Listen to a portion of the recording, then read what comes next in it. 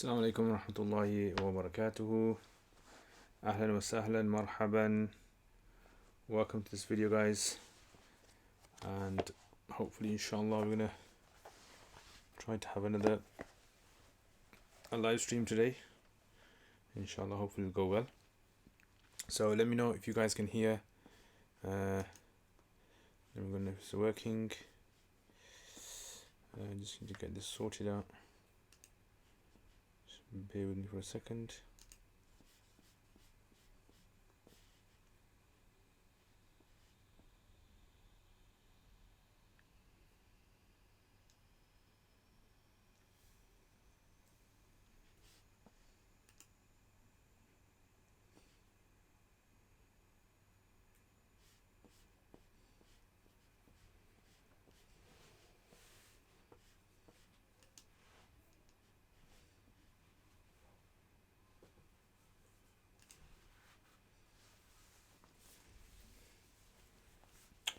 Alhamdulillah, mashallah, it was excellent. Thank you very much for asking. Mashallah. Hey Hussein. Wa alaikum assalam. It's Mateen BB. I love your lessons, they really work. Jazakallah khair, thank you very much. And Bima, mashallah, assalamu alaikum assalam wa rahmatullah. Ayan, ahlan wa sahlan. Wa alaikum assalam, Sufyan. How have you been? Okay, let me just get this sorted somehow.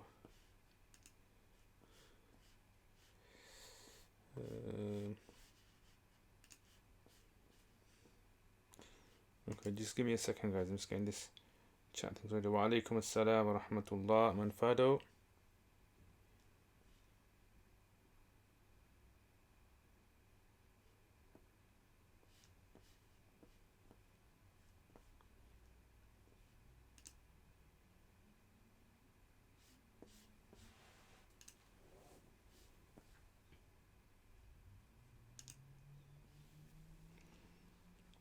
Wa alaikum assalam, Hassan.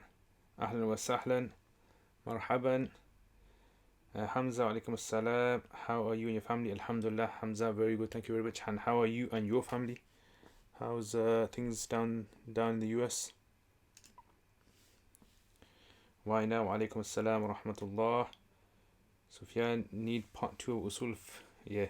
So a lot of people asking me about that, the Usul Fiqh one. So a lot of people enjoyed it, alhamdulillah. And the aim was to kind of get people introduced into Usul Fiqh and to give it kind of like an easy understanding of what Usul Fiqh is about.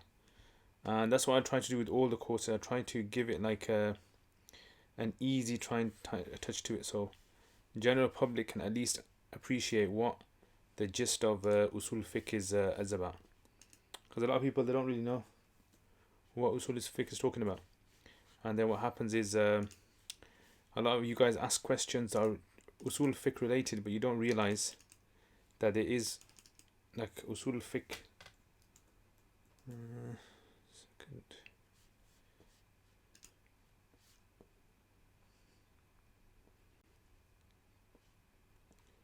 Okay, should be done. Alright, excellent. Oh, now we're on. Okay, alhamdulillah. We are on now.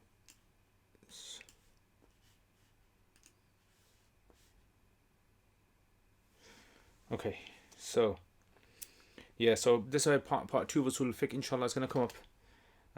But the thing is, it's got, I've got to kind of like gauge of how I'm going to present it for wider audience. Otherwise, what's going to happen if I make it a bit too advanced, it's just going to fly over a lot of people's head.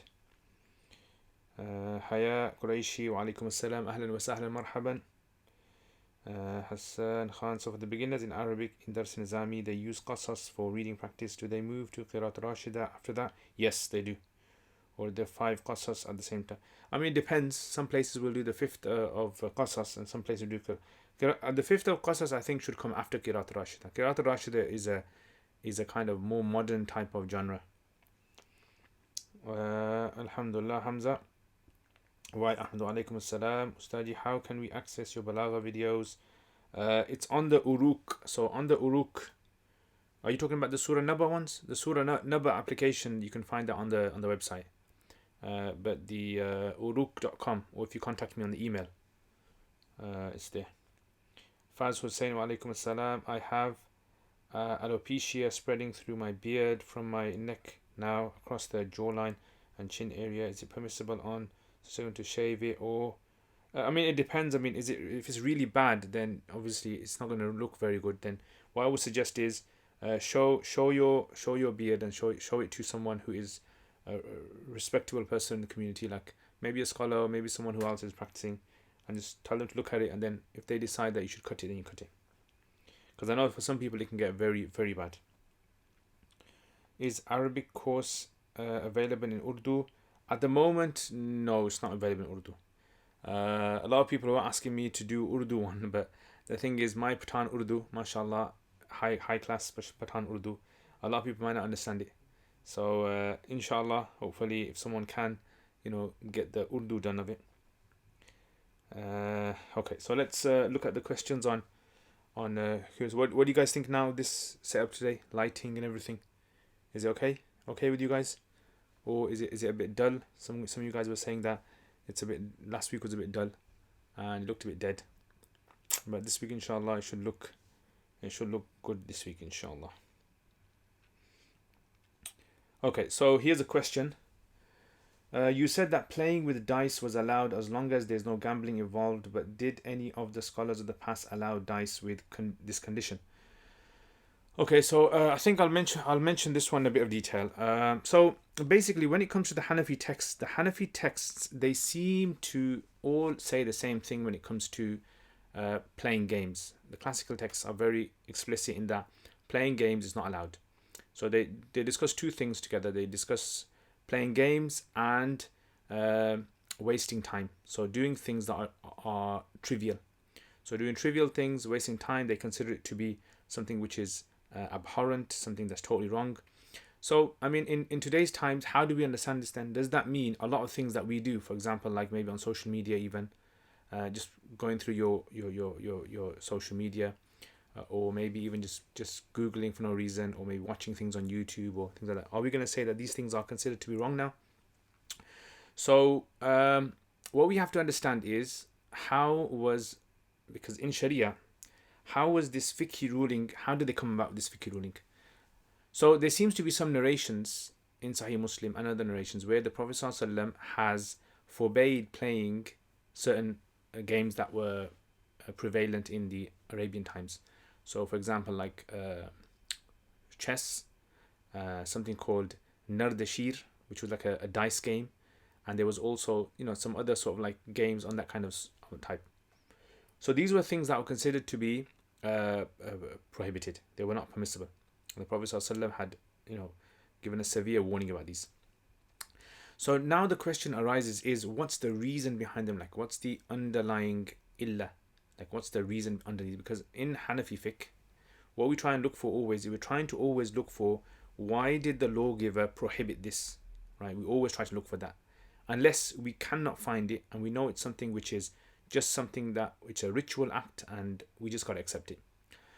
But nearly everything in the fiqh, almost everything, they will have like a reason behind it. This is known as an illah, right? And Abu Yusr al-Bazdawi has mentioned this in his book Ma'rifat al-Hujj al-Shar'iyyah. He says that every single like fiqh ruling, the lawgiver has given a law, a reason, a decision based on a reason. There always has to be an underlying reason. Like alcohol is prohibited because it intoxicates. Gambling is prohibited because you're putting your wealth at high risk, right, of losing it or not getting anything back. So what about these games then? So Imam Shafi rahimahullah, he says that the game chess is allowed as it's going to increase a person's awareness or sharpness, intellect, right? Sharpen the intellect, you can say. Tashheed al-adhan. So that's why, therefore, if we take that as a concept now, what we can say is any sort of game, and the later Hanafis have taken this as well, any sort of game which is going to benefit you some way or somehow, therefore that should be allowed based on this concept that later Hanafis have taken. So it seems as though in the early years, games did not have a function in society. All the games functioned in classical society was considered to be a negative thing. It was negative. It was associated with gambling. It was associated with people who were, like low lives in the society, or people who were criminal culture. So this is why it was considered to be banned, not allowed. But then later on, as society began to develop, new communities came in, games began to develop, the concept of a game in a society began to develop. Scholars began to see the benefit of these, so they started to allow them, right? So, they started to allow things like chess, and they started, because they found that it was very beneficial for the mind. And now, as time goes by, new surveys are being done, new studies are being done, and people are finding that games are having an effect on the mind in a positive way, and it's allowing people to be able to access certain parts of the mind that they wouldn't really be accessing with other things. So it's like a sort of form of like mental exercise. Some games are bodily exercise, right? So you can make a list of these kind of games. Now, rolling a dice. So for example, Ludo, it's not just rolling a dice. There's a lot of strategy involved in it as well. So it's not just about rolling a dice. There's like strategy of how you take your pieces, where you move the pieces, how many pieces you move, which piece you move. All these kind of things require strategy. So there seems to be an element of mental exercise in it. A random dice game, which would just be just like rolling and see who gets the highest, would be something like just sitting in the car and just like guessing which car is going to come, when you're kids, guessing which car is going to come on the right hand side and guessing which car is going to come on the left hand side, right? So it's kind of like a guessing game. It's purely guess. So this kind of thing now, this seems to be the only issue that we have, right, in the text. Everything else seems to be understandable, as in there seems to be some benefit for it. And therefore, Sheikh Zafar Ahmad Uthmani, I remember reading this in his Ahkam al-Quran. So the Ahkam al-Quran, which is compiled by multiple scholars from India, and he mentions under the verse of من الناس من يشتري لهو الحديث ليضل عن سبيله, those people who purchase idle talk, right, to deviate people from the path. Some people can argue this for films as well, or stories, novels, reading novels, right? So this seems to create a society which is very, very distant from recreation. Like, it seems as though society should be away from recreation. Recreation isn't a good thing. Having hobbies isn't a good thing, right? Which obviously doesn't seem to fit in with how we've understood Muslim society in the past. There have been hobbies and people have been doing things. So he says it all boils down to intention. In other words, if anything that you do has a good intention behind it, even if it is to keep you away from doing bad, right, keeping you away from doing something else bad, then this is something which should be permissible, because innamal a'malu binniyat, the hadith would override that. So this is why when it comes to the texts, we don't always find in Hanafi, like if you remember, I mentioned this in one of the videos regarding the hardship video, and I talked about the masala of the issue of the COVID virus, and the people who were saying that the Jummah should not be cancelled, and some saying they were cancelled. And it was the position of those who were saying that the Jummah should not be cancelled. Their approach in fiqh was that we have to find a precedence, we have to find a fiqhi text that this has happened in the past, and scholar has said such and such, like Sarakhsi has said this, or Imam Ibn Nujaym has said this, Ibn Abidin has said this. So we have to find, whereas the other group of scholars are looking for concepts within the Hanafi fiqh, like overarching concepts, and if those overarching concepts are something which are reasonable and applicable, then we can take them. So this is why you won't necessarily find in the text when they discuss these kind of things, and likewise you won't find in the text playing computer games on your phone, and you won't find in your in Hanafi books things like watching an advertisement, right, or even watching YouTube, or even having certain applications on your phone, right? You won't find them. So does that mean that those are not allowed as well? Do they also fall under this? So I would say no, it doesn't fall under that. The idea is that any sort of thing that would waste your time, as in that would stop a person from doing the fara'id, the fard acts, and it would have alcohol involved with it, or it would have gambling involved with it, or anything else which would create some sort of like an abusive culture, that wouldn't be allowed. Okay.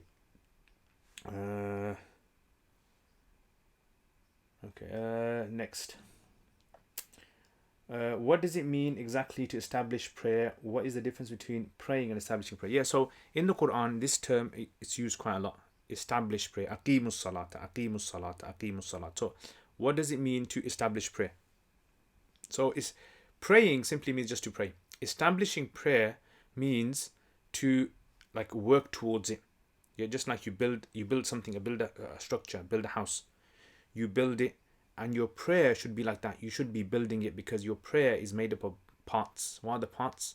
So you got the kind of parts inside the salat, the takbir and the qira'ah, recitation, and the ruku and the sujood. And then you've got the internal parts, which are the peace inside, the composure, the concentration, devotion in your salat. All of these things, every time you pray your salat, you have to, like Lego pieces, you got to put them together. Sometimes you pray your salat, and if you haven't focused enough, you can pray your salat, but you haven't really like brought all the ingredients of salat together. Your salat has just been done, like you say. Yeah, and you haven't put your heart into it. You haven't. So aqimus salat would have that kind of a meaning, that you're putting your heart into it, you're building it, you're focusing on it. So it has more of that kind of a meaning inside of it. Aqimus salat. And Imam Baydawi actually mentions iqama as you know. So if those who are a bit advanced and want to read more about this, Imam Baydawi in his tafsir discusses yuqimu salata in Surah Baqarah, beginning of Surah Baqarah. He mentions like 3 or 4 meanings of what the Arabs mean by aqama yuqimu. Okay, let's have a look at some of these questions then. Right. So, Hazrat, if someone does not break their fast after iftar due to sleeping and wakes up the next day without eating sehri,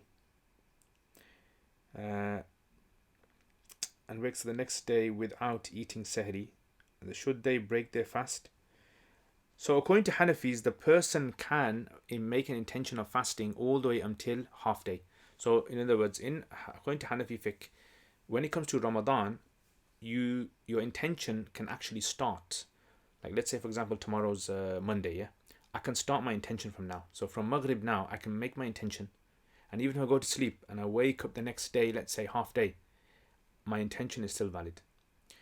And I can also make my intention in the daytime until half day. So let's say half day is about 11, 12 o'clock. I can make an intention all day until then. I can think to myself, am I going to fast or am I not going to fast? As long as I haven't eaten breakfast or anything in the morning, I can make an intention all the way till then. So as long as the person has made an intention till then it's fine. Yeah. However, if a person has not made the intention all the way until the half day has passed, then that fast would not be considered to be valid. They would be considered to have to hold, in other words, not eat for the rest of the day. They're not allowed to eat, but that fast would not be considered to be an act of ibadah. Okay, alhamdulillah, excited for your new series on takhrij. Yeah, so inshallah, the takhrij, see if any of you guys have seen the new post I put up, the linked hadith I called it. So this series is basically going to be, we're going to be going through, first of all, so we're going to do it in stages so everyone can kind of like keep up. We're going through Sahih Muslim, selected hadith, and then we're showing you branches of how we branch the chains.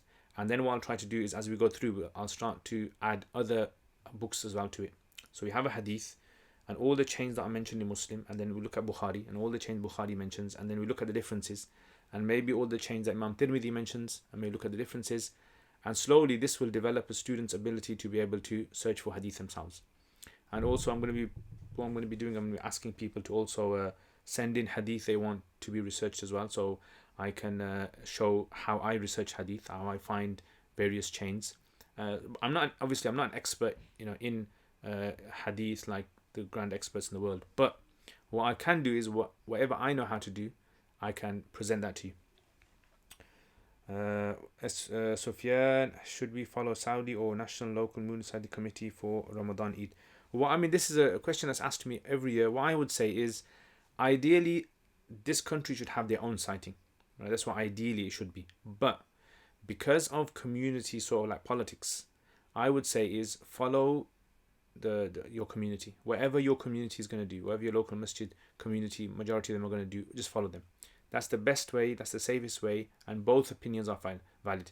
Whether you follow the UK sighting or whether you follow Saudi, I personally believe that they're both valid. So it's just a matter of, trying to not create chaos and panic. So you don't want chaos, you don't want panic, everything else is okay. Okay. Next, check out some here.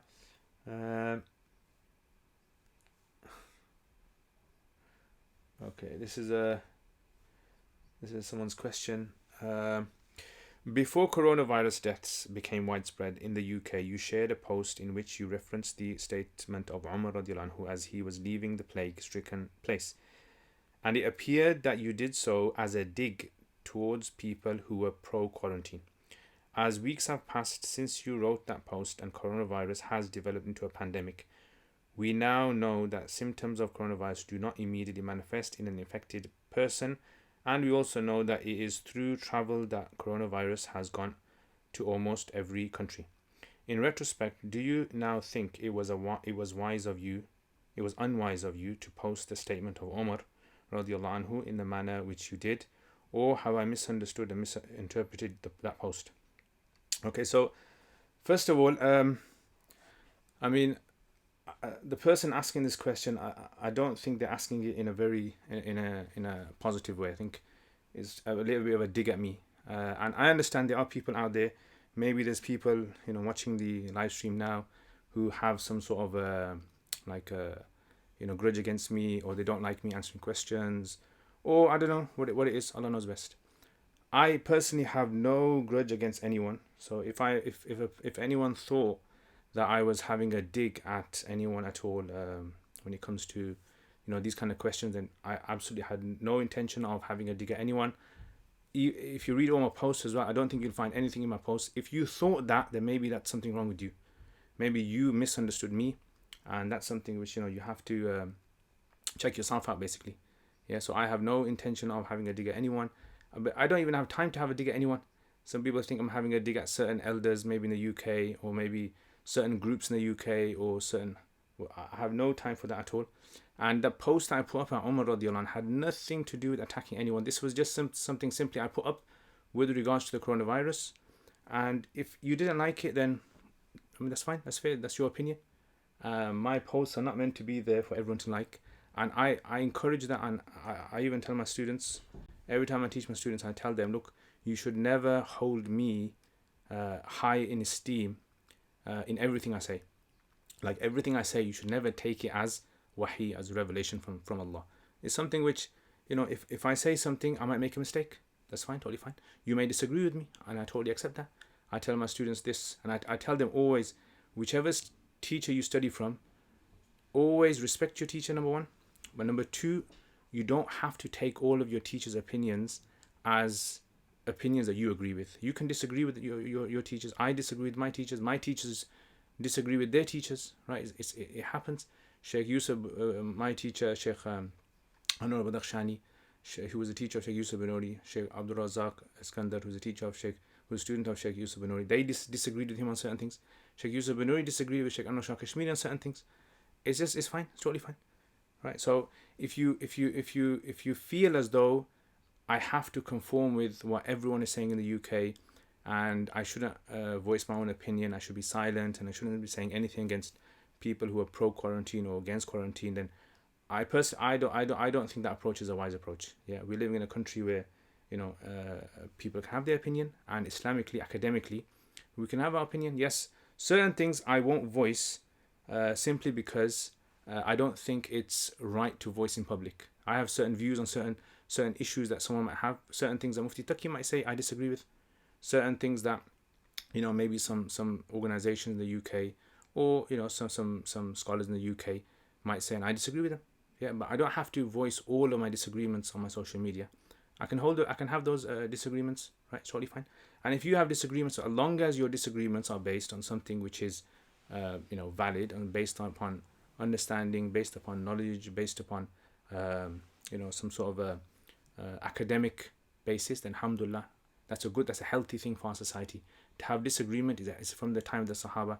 They disagreed, but like Abdullah ibn Mas'ud said, when he prayed behind Uthman radiallahu anhu, Uthman was praying in Mina, he was praying 4 rakats instead of 2. He was supposed to pray 2 as he was a traveler, but he prayed 4. And Abdullah ibn Mas'ud, he prayed behind him, and his students, Abdullah ibn Mas'ud, said, didn't you say to us that for a traveler to pray 4 is wrong? A traveler should pray 2. He goes, yes, I did. So he said, how come you prayed behind Uthman? He said, because al-khilafu shar, going against, like in everything, if you want to go against someone, everything, to make your point, right? That is worse. That's going to cause more strife amongst the community, because the community are going to look at it and all they're going to see is two bearded guys, two so-called, Maulanas or Muftis or Sheikhs that are always at each other's necks, are always kind of, putting each other down, belittling each other. And I think that's totally wrong. We should respect one another. And if we disagree on something, that's fine. Yeah. Some people sometimes say things about my teachers, and that's fine. Say things about my teachers. I mean, Allah hasn't sent me to stand up and to defend my teachers on every single point that they've said. Right? If my teacher has said something and other scholars... I remember when I was in Pakistan, there were so many scholars that totally disagreed with Mufti Taqi Usmani on many things, like loads of things. They even written books against him. Those books don't become published here. Yeah, but that doesn't mean that Mufti Taqi Usmani or these scholars are wrong. It simply means that's an academic way of kind of, discussing things, right? Academic sort of like discussions that they have. Mufti Taqi Usmani might think that some of those arguments are a waste of time. Fine. And they might consider some of Mufti Taqi Usmani's arguments as being invalid. Yeah, so, this kind of sort of like discussion that scholars have amongst themselves. I think this is a healthy thing, and this creates inside of the students this ability to be able to search for the truth as well. Searching for the truth is the most important thing. Yeah, and one of the things, I'm obviously spent a bit of time on this, but one of the things which I think is a very unhealthy thing that's slowly starting to appear, and I see this in a lot of students as well, and a lot of like people who look up to their sheikhs or their peers, is they become blind to everything they say. It's like my sheikh can never say something wrong, and then when that sheikh publicly becomes exposed for something, it just affects them so badly. I've seen this with so many organizations as well. Certain organizations that are calling for unity, and all of a sudden when they have disunity amongst the elders, all of a sudden the people who are in that now don't know how to behave. They don't know how to act because they were told about this. They were told about this idea of unity is what brings us together, and all of a sudden the elders are now having disunity, right? So I think people should realize that, look, their sheikhs can make mistakes, and their sheikhs are not angels, and we have to develop this inside of our students as well, to be able to a degree to have healthy free thinking. I call it healthy free thinking, right? There should be this encouragement for students to be able to disagree with their teachers, but not like not disagree as a trend for the sake of your criticism, but it has to be something which is constructed. Okay, anyway, mashallah, jazakallah khair. Why now? Mashallah, thank you very much for your donation. Jazakallah khair, £10. Jazakallah khair, may Allah reward you. Alhamdulillah. Okay, so Sadia Islam, wa alaikum assalam. Would you please do more surah analysis like Surah Yusuf? Your channel is extremely beneficial for me. I am learning a lot. Alhamdulillah. Jazakallah khair. Yes, inshallah. That's excellent. I totally stopped Surah Yusuf. This was, I remember, one of the first sort of things about 2015 or 2014. I remember when I did this. And in them days, I wasn't really kind of too occupied with the channel, but now I'm very much occupied with the channel. So I'm putting a lot of time into the channel.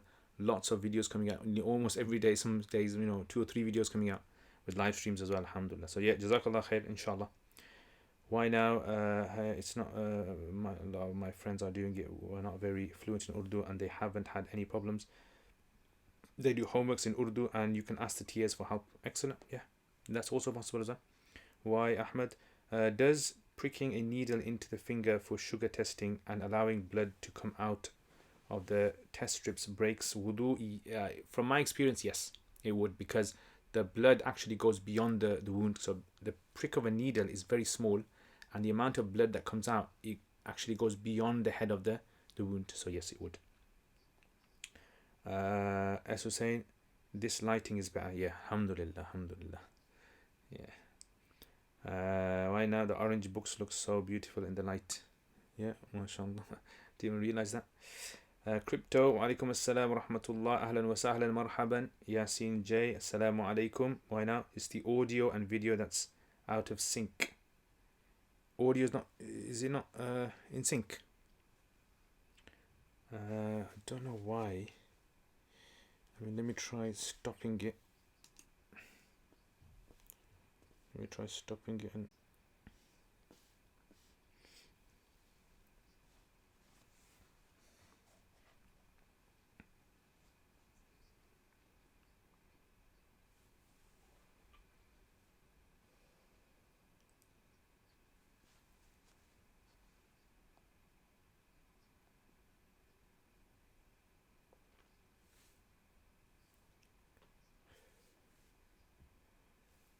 Okay, is that any better? I don't know if that's going to be... So sometimes it's just, I think it's just a luck thing really. If it gets synced, it gets synced, and if it doesn't get synced... So okay, anyway. Right, Hassan. Jazakallah khair for Arabic grammar. I know you're not a fan of Hidayat and Nahu. For an intermediate student, would you suggest a course from Uruk for grammar, please? I mean, I don't think I have really one for intermediate. Tarkib course is good, but for the intermediate text, Ajurrumiya, after Ajurrumiya, maybe, I mean, the Qatar, Sharq Qatar al-Nada would be good. Yeah, but I've only done about 16 lessons so far, which is about 15% of the book. Yeah, I mean, I don't. What you can do is, if you do, the Medina books, if you go through them, systematically cover all of them in your own time, doing all the question answers, you can, inshallah, your Arabic will develop to a very good level. And then when you study Arabic grammar after that, it's going to be more enjoyable to you. Because what happens is you have lots and lots of experience with Arabic language, and now the grammar is just like the cherry on top now. Yeah. Otherwise, what tends to happen is when a student studies Arabic grammar, but they don't study the language, then what happens is they're studying language in a vacuum. Right? It's like trying to study Japanese rules without even knowing the Japanese alphabet, or without knowing the Japanese sentences, how sentences are structured. So this is why I think it's very important to have lots of experience in the language. Okay, Mufti, do you recommend anyone to do Islamic wills? I mean, Islamic wills, I have a friend who I wills. It's called I wills. I think that they're a bit expensive. What you can do is, the wills doesn't really require much. You can just do it yourself, really. So in the will, I mean, I don't know exactly the British law regarding it. That you might need to speak to a lawyer or something. They'll be able to give you advice on that. But Islamically, I can tell you what to do. All you have to simply do is just write down in your will everything that you owe. Make sure you have a list of all the money you owe someone. Right, have a record of it. So have that.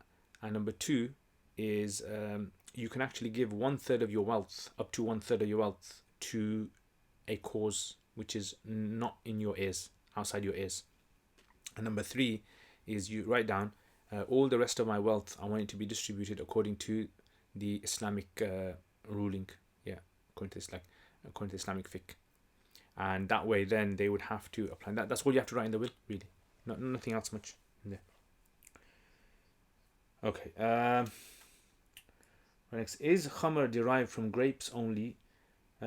Please, if you can define and explain the 4 types of alcohol along with their rulings. Yeah, so according to the Hanafis, when they discuss this issue of khamr is a technical issue. So when we say alcohol, the Hanafis actually break down alcohol into different types of. According to Abu Yusuf and Muhammad, they say khamr is everything that intoxicates you is khamr. Alright, so they give it like a general term, like the Shafis and Malikis and others do. Abu Hanifa rahimahullah, he breaks down intoxicants into 2 categories. One he calls khamr, and the others he calls intoxicants. Right, so he specifically says khamr is only that drink which is made from grapes and dates, which is then boiled and it becomes intoxicating and it gives off froth. Right, that's what you call khamr. Right, that's like the one specifically prohibited in the Quran in that sense. Yes, other intoxicating drinks are also haram in Islam, but their rulings are slightly different. Right, so khamr is the one that I told you, and anything else besides that intoxicates. So for example, like they get like some juice, grape juice, and they let it ferment, but they don't cause it to boil. Then he won't call it khamr, but he calls it an intoxicant haram. He just gives it a different name. The reason he's giving it a different name because he says that according to the Hanafis, in Usul al-Fiqh, you have this concept which is known as khas. And khas basically is where there's a word, that word can only have one application, exactly what it means.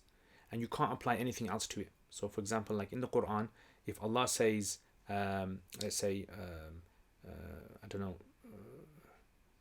fast, right? Fast has a specific meaning. That's what Allah intends. You can't say, okay, fast also means pray. And when Allah says pray, you have to take the specific meaning of praying. You can't also take another meaning. You can't say prayer means this and that. Or for example, in the Quran, Allah says do ruku, Abu Hanifa says ruku in the Arabic language simply means to lower your head. As long as you lower your head, you don't ruku. You don't have to add anything else to that. So this is why Imam Hanifa is quite strict on this idea of like what does exactly a word mean. So the word khamr, he said, in them days was used for drinks that are made from grapes and dates. Yeah, and it's a specific process that they've gone through. Everything else besides that is haram if it intoxicates. Yeah. So for example, like asir. So asir simply means a drink, juice. But if that asir is left to become intoxicating, that would also not be allowed. And likewise, naqi at-tamar. So naqi at-tamar is where you get dry dates. You put them into water and you leave them for a very long time, and then the juice that's taken out from them, that becomes fermenting and intoxicating. That's also not allowed. That's intoxicating. That won't be allowed. And naqi az-zabib. Zabib is raisins.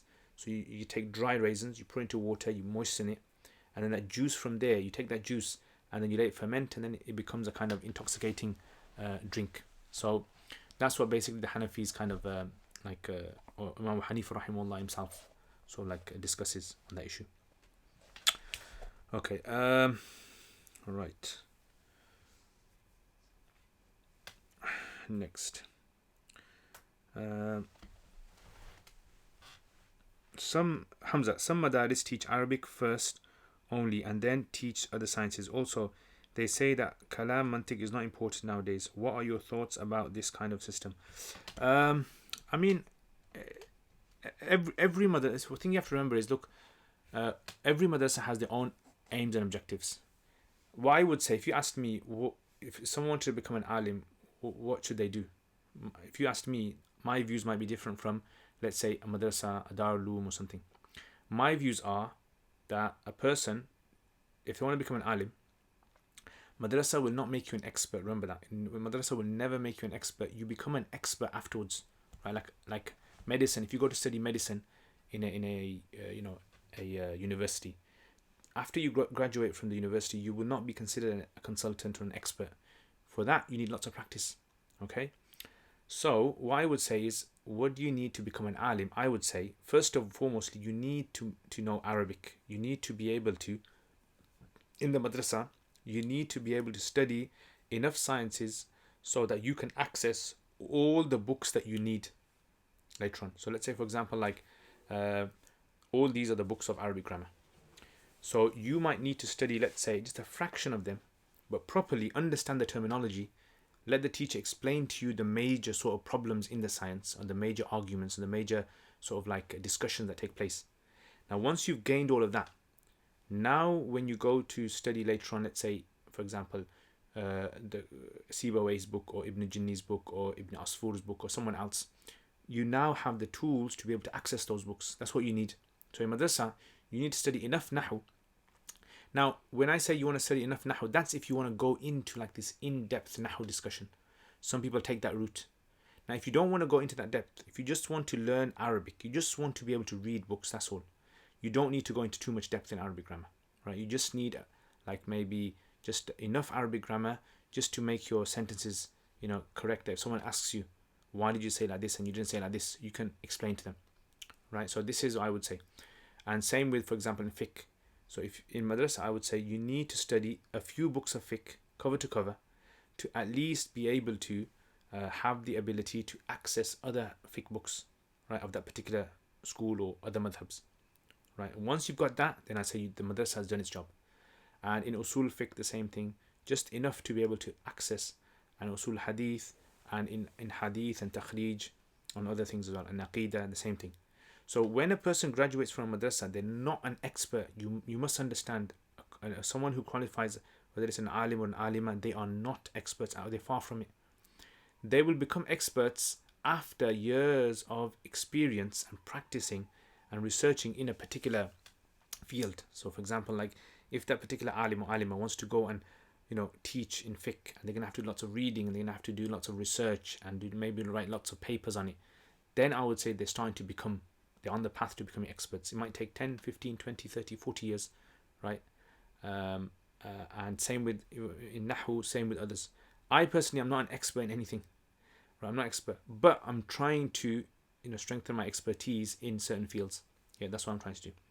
So this is what I would say. This should be the kind of like you can say aim. As for mantiq, personally, I think mantiq is a very good science, but I think it's only needed for two things. Number one is people, so that people can construct good arguments, right? They understand what's a good argument. And sometimes when you study some books, you already learn mantiq anyway. Like the way that the book is structured, the arguments are structured. That you're learning it passively. You're not even learning it through the rules. You're learning it passively, so you kind of know it anyway. And same with, for example, like kalam as well. Kalam is the science of Aqidah, right? The science of Aqidah. You know, we say, what's the science behind it? The science behind Aqidah is kalam. It's like fiqh of Aqidah. And a person should know enough so that now they can access the books themselves and start going through. And if they want to become experts, they can take that junction and, go off and start studying it. Okay, Kazmataz, in addition, can you do a video on the death and janazah process, especially in this time of COVID-19?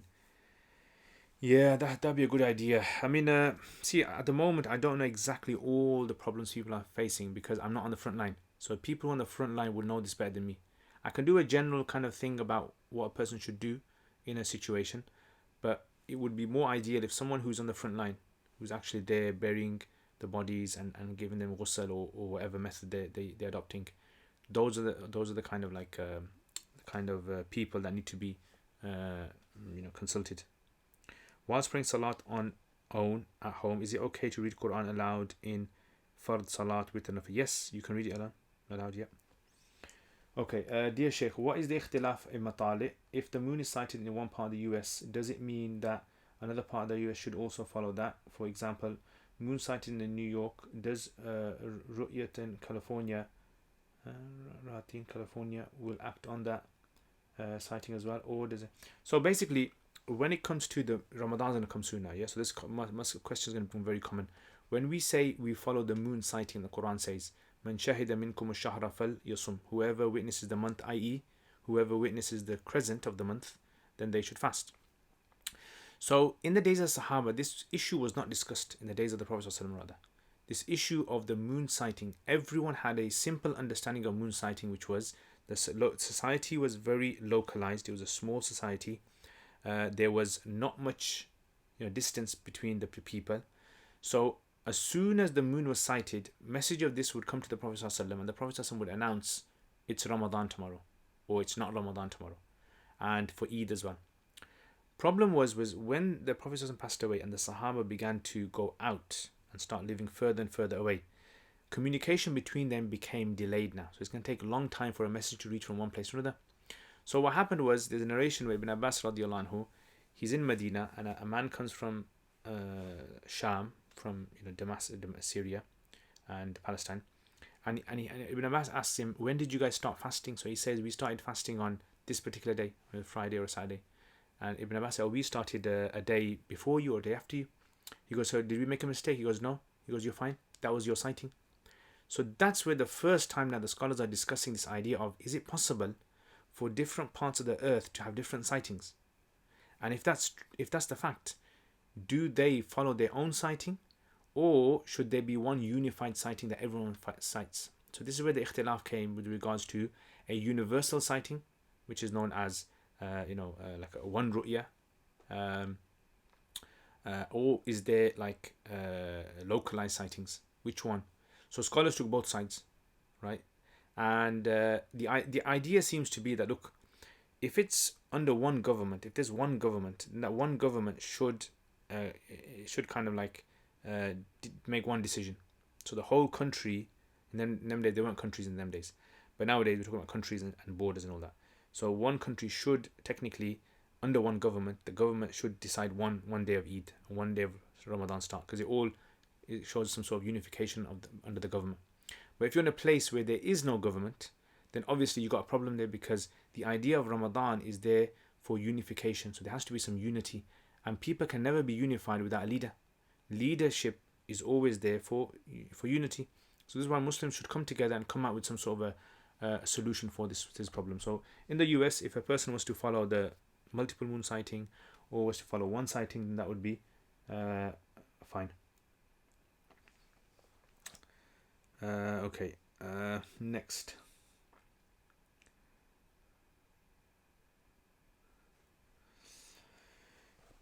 Right. Bima Bays Productions. Bima Bays, yeah. Ayan, yeah. Ayan's watching. Yeah, Ayan's becoming famous now. Ayan, you're gonna open your own YouTube channel. So Bima says, due to the current food shortages, in generally finding not enough Muslim support networks where I live. So example are the churches around here, all hold food banks. I'm okay taking food to all churches who are in turn delivering the food to the vulnerable people that don't have it. Yes, totally fine. Actually, it's a very noble act, guys. Yeah, because we help, as Muslims, we help everyone. Yeah, the Prophet ﷺ, when he came to Medina, he said, Afshu salam wa at'imu ta'am. Yes, give salam to everyone. And he said, feed people. Right, so feeding people, whether it's Muslim or non-Muslim, this is our sort of like emblem of Muslims, is to feed people. So alhamdulillah, it's a very good thing. Excellent. It's a matind. I don't know how to say that. Let's say that. You're a really good teacher and your lessons really help me a lot. Jazakallah khair. Thank you very much. Thank you very much. Riyaz, Nanko Riyaz, mashallah. Can I attend non-Muslim funeral? Ahlan wa sahlan Riyaz. Haven't seen you for a while, bro. Can I attend a non? Yes, you can attend a non-Muslim funeral. The only thing is not to participate in the act of worship. So they have a particular act of worship. If you stand away from that, that's okay. So as long as you don't participate in the worship part of their funeral, and you just go there just to kind of show condolences and show your respect, then that would be allowed. Crypto M, in the Quran, when the souls affirmed and says qalu bala, the next part of the verse says you can't say you didn't know. Antaqulu, yeah, so alastu bi rabbikum qalu bala qala what's the verse? Antaqulu, says you can't say you didn't know, but no one remembers this happened. So yeah, so you see, this is a very interesting verse. So this what is known as the ahad of alastu. Yeah, alastu. So basically, what the verse says is that all the souls were told by Allah, alastu bi rabbikum, am I not your Lord? And they all responded, qalu bala shahidna. Yeah, that we bear witness. In other words, that you are our Lord. Now the question now comes is, was this done, like how was this done? Was this done like physically? Did all the souls from everywhere physically gather in one location? And they all heard Allah saying this, like directly from Allah, and they responded. Is that it? Or number two, or was this some sort of like a communication that was transmitted to them through angels or something? Or number three, was this a form of like a fitra thing? You know, like we have it inside of our fitra, inside of our nature, like it's programmed inside of us. So was this a programming, and that programming is described like this?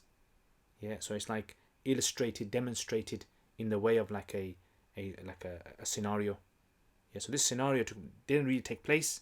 Rather, what happened was that the souls were inspired by this, and then this was explained in the form of a conversation between.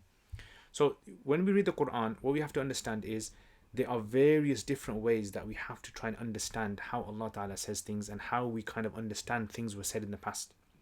Alright, so when Allah says to, the prophets and He communicates with them, when He says things to them, is it that they hear it in their ears, or is it something that is just directly downloaded into their hearts, into their minds, in that way? So this is why now, for whatever the meaning is, right? Whatever the meaning is, because Abu Hayyan was it Abu Hayyan? Yeah, al-Bahr al-Muhit. He has his own understanding of this. So Baydawi mentions the different opinions as well, and I think in Tafsir Madahiri he mentions the various opinions about this. So the khulasa I'm saying is that it's that kind of natural understanding that we have when we're kind of like, when we grow up, we know deep down there is a God. So we have it inside of us for us to be able to believe in the concept of a God. Unlike, for example, like a wall, or like a chair, or maybe like an animal who doesn't know God, as in cannot consciously recognize God in the same way that we do. Yeah, so our souls have this sort of recognition program built into it, you can say. Okay, Bima. In many countries during wars, earthquakes, etc., many people die. So why is there such a confusion on burial and amounts during this time? Why is such a confusion? I don't understand. So yeah, I think the problem here is not just the confusion. I think the problem here is how do we deal with the bodies, as in because there's the illness involved and we want to protect other humans from getting it. So in a war, if someone dies, you simply just get their body and you bury it and end the story. But here the problem is that the people dealing with the bodies, the doctors and the nurses and the funeral directors, they don't want to catch anything. They don't want to be infected. So it's more like you're kind of like dealing with the dead like as though they're radioactive. So I think that's the issue. Sheikh R7, for the 4 fard and sunnah, do you pray surahs in the 3rd and 4th rakat or no? And is it necessary to move your tongue in them? Okay, so when it comes to, according to the Hanafis, when it comes to the fard salat, in the last 2 rakats, you only read Fatiha. Right, in the last 2 rakats of Dhuhr, Asr, Maghrib and Isha, you only read Fatiha. That's it.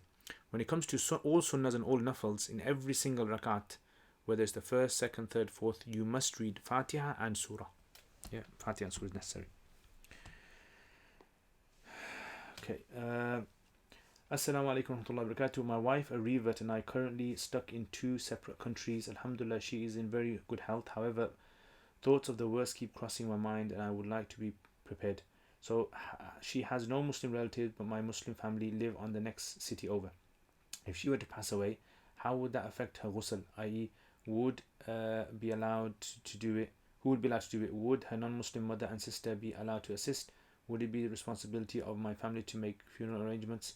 How about her janazah? Yeah, so yeah, non-Muslims can perform the janazah, as in the ghusl rather, not the janazah, but the ghusl. They can do the ghusl, but Muslims will have to pray the janazah. So what I would suggest is, in this kind of situation, pray to God it doesn't happen, but if something like that was to happen, then what you'd have to do is that you should inform your wife's family to wash the body, get the body washed, or ideally contact some Muslims who can do it and get some Muslims to pray the janazah, right? And maybe you'll find someone locally or somewhere that would be able to help, and you just need like maybe just 2 or 3 people, that's all, to pray the janazah.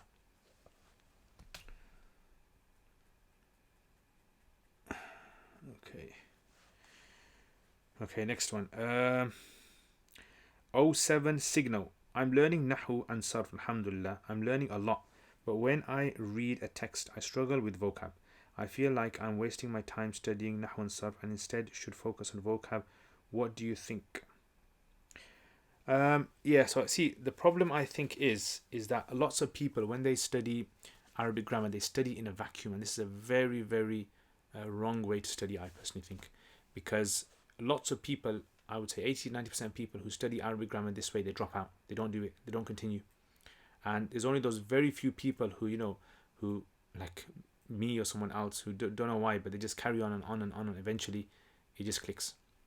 So what I would suggest is, I have 17 lessons that I've designed specifically to overcome this. So the 17 lessons is designed, and the details at the bottom of the screen for anyone who wants to find out about it. And it's designed for that you go through and you're applying the Arabic and you're learning Arabic, more Arabic than the rules. And so that helps you later on when you come to the rules, it kind of makes more sense. What I would suggest is once you study a good chunk of Arabic grammar, apply as much as you can. You need to get someone to read to, you need to start writing Arabic. That's what you need to be doing. If the majority of your studies is focused purely on learning a rule and doing some exercise, doing just a few like exercises, and you're doing that for years, you're doing the wrong thing. Yeah, I would say that, and I would say don't waste your time. If a person focuses on their Arabic, they can get their Arabic done in a very short time. Well, it depends what you want. Do you want to become an expert in Arabic grammar, which might not be the case, might not be something that you want. Maybe you just want to understand Arabic so that you can start reading books, you can start studying fiqh or hadith or tafsir. Then you don't really want too much Arabic grammar.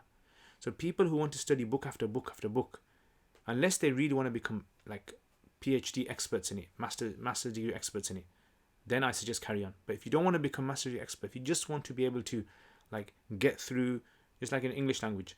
I mean, when you're doing GCSEs, you don't really study English that much. You study English just enough so that you can get through and read. You hardly study much grammar.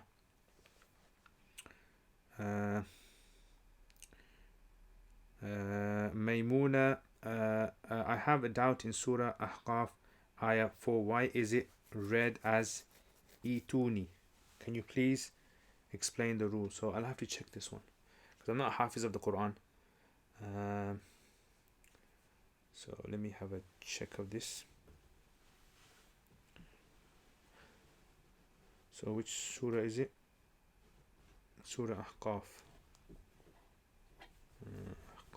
Ahqaf. Verse number 4.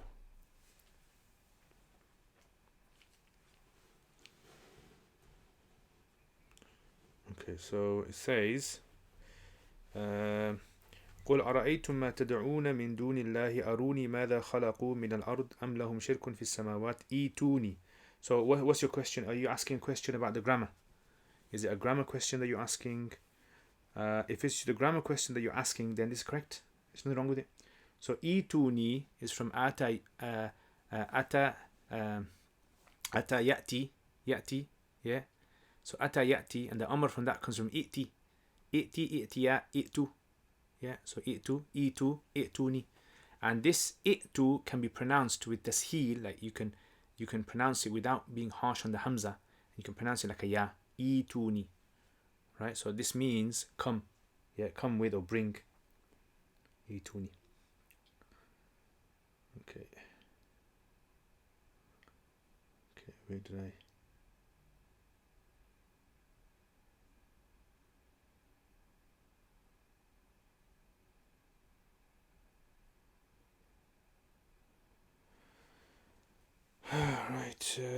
Right, next. With Ramadan likely to be on lockdown and Taraweeh at home, and if we want to read more than just Alam Tara and to Nas, can the Imam hold a Mus'haf in his hand and lead Taraweeh? Can the Musallis hold a Mus'haf in the hand and correct the Imam? So according to the Hanafi fiqh, you're not allowed to pray with the Mus'haf in your hand.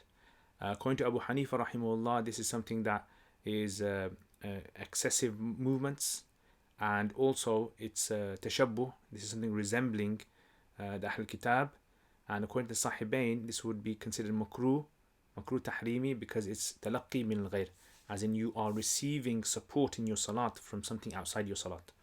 So it wouldn't be allowed. According to Abu Hanifa, salat will become nullified, and Sahibain say no, salat will not necessarily be nullified, but it would be makruh. However, according to the Shafi position, it would be permissible.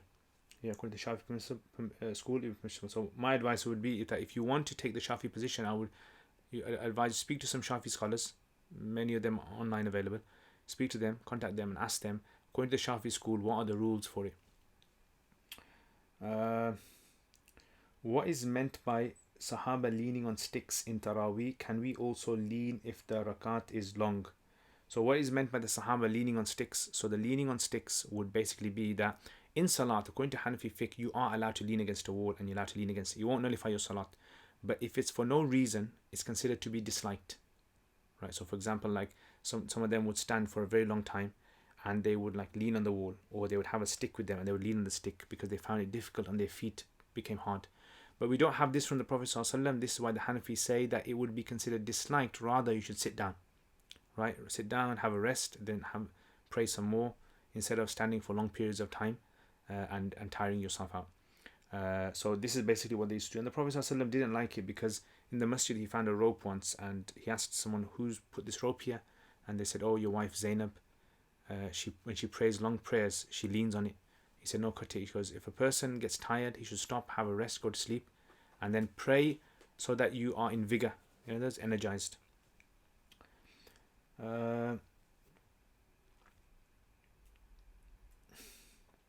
Yeah, can we also lean if the rakat is long? So again, if you're finding it difficult, you can sit down. If the rakat is too long, you're allowed to sit down and you won't be sinful for that. Can the females in the house correct the male imam in recitation? Yes, they can. Can a non-baligh child lead Taraweeh? So a non-baligh child leading Taraweeh, according to Hadith, there's two opinions according to Hanafis. Some of the Hanafis, this is not from the early Abu Hanifa and these guys, this is from later Hanafis, Mashaykh. So some of the Hanafis, Mawara and Nahar, scholars around Afghanistan, these areas, the early years, they allowed it and they said it's fine. But other scholars, Iraq and these places, they said no, it's not allowed. Right? So there's a difference of opinion amongst the scholars. But generally, I would say that if the child is near the age of puberty, like roughly around 11, 12, that kind of age, then there'd be scope for it, permissibility. Can you go through the home Taraweeh fix questions on live? Okay. I mean, there's nothing much. There's not much fiqh to do with Taraweeh at home. It's exactly the same in the mosque. So basically, you'd have an imam. If you prayed on your own, you pray on your own. You simply read 20 rakats. You pray in twos, so 5 sets of twos. Or how many is it? 5 sets of 4. Yeah. So 10 sets of 2. So 2, 2, 2, 2, 2 like that. Right, 10 sets of 2. And after every 4, so once you pray 2 and then 2, you have a little rest. Right, you have a little rest. And then you pray 2, and then you pray 2, and then you have a little rest, like that. This is the ideal way of praying it. You should, if you know the Quran by heart, then you recite the entire Quran in your Taraweeh. If you don't know the Quran by heart, then any surahs you can read is totally fine. If you're going to pray in congregation, if men are going to pray, the man stands in the front and the people stand behind him in rows. And if the women are going to pray, although Hanafis consider it disliked for women, unless the woman is a hafidha and she wants to strengthen her memorization, bring the community together, then there's permissibility for that. She stands in the middle, saf, instead of standing forward, and she leads other women, and no men are not allowed to pray behind her, obviously. Taraweeh is done 20 rakats, like I said. Then after you finish the Taraweeh, you pray the witr, and the witr should be prayed in congregation. So if you prayed the Taraweeh in congregation, you pray the witr in congregation. Yeah, you pray the witr in congregation. It's simply just 3 rakats the imam prays, and then, like you normally do witr basically. But simply, when you're going to raise your hands and do the qunut, you just read it quietly. Everyone reads it quietly. And that's it basically. That's the Taraweeh done. Okay, can Luqma be given by a female at home Taraweeh? Yes. Can Luqma be given from reading a mushaf in Salat? Again, according to Hanafis, that wouldn't be allowed. So Sahibain would say that this would be disliked, be makruh, but it wouldn't render the Salat impermissible. Can the Imam read from the mushaf in Taraweeh Salat? According to Hanafis, no. But like I said, according to Shafis and others, they allow it. Assalamu alaikum. My friend has been divorced by her husband. She is going through menopause, so her periods are not regular. How long will her iddah be? So if she's not having regular, then what she does is, then she can use 3 months. So if she's going through menopause, she can use 3 months. In other words, her iddah can be 3 months, just 3 lunar months, and then after that she becomes free. Also, does her ex-husband have to provide her financially during the iddah? If she is living with him in the same house, then yes, he must provide for her. Otherwise, if she's moved out, then no. Okay, before coronavirus became widespread, okay, I think I've answered this one in retrospective. So, brother who thinks that I hate the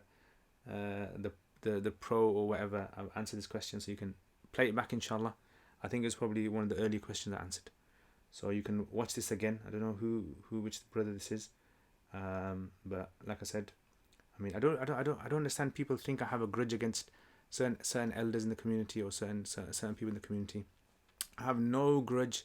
If I had a grudge, I would have said it. I'm that kind of guy who says it to people's face. Yeah, so if I have a grudge against anyone, I will say it to you.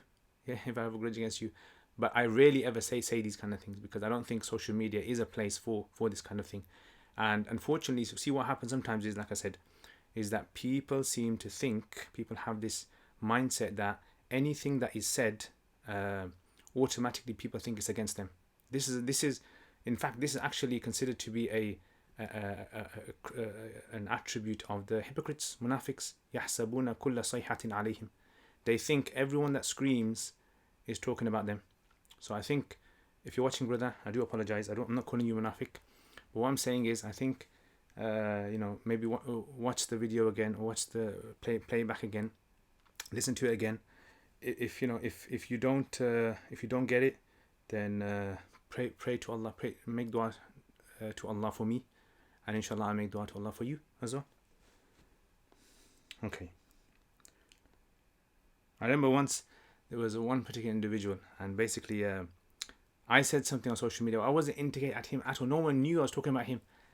And the guy texted me and he messaged me and he was angry at me and saying, how dare you say this against me, and you're trying to belittle me. And I was thinking, no one even knows on social media I've even said anything about you.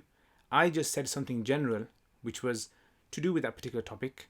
But this guy, when he saw this, he thought automatically that everyone knows now. That's it. I've been exposed. People have found out that he contacted me and he told me this particular thing. And so I don't know why people have this mentality. I think it's people need to get themselves checked out.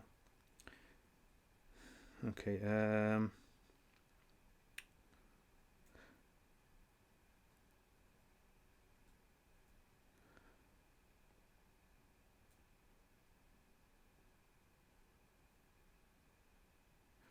Okay. I think it's this one. Answer this one here. Beamer Bays. There is a mention a lot of Hanafi, Salafi, etc. I have no idea where I follow. Bengali born in the community UK. I follow what our Prophet has directed, but then there is what the Hanafi say, etc. Yeah, I mean, look, end of the day, as long as you are following someone who is a reliable person, yeah, if you're not an expert in the religion, then you need to ask an expert. That's how the Quran says. فَاسْأَلُوا أَهْلَ الذِّكْرِ إِن كُنتُمْ لَا تَعْلَمُونَ.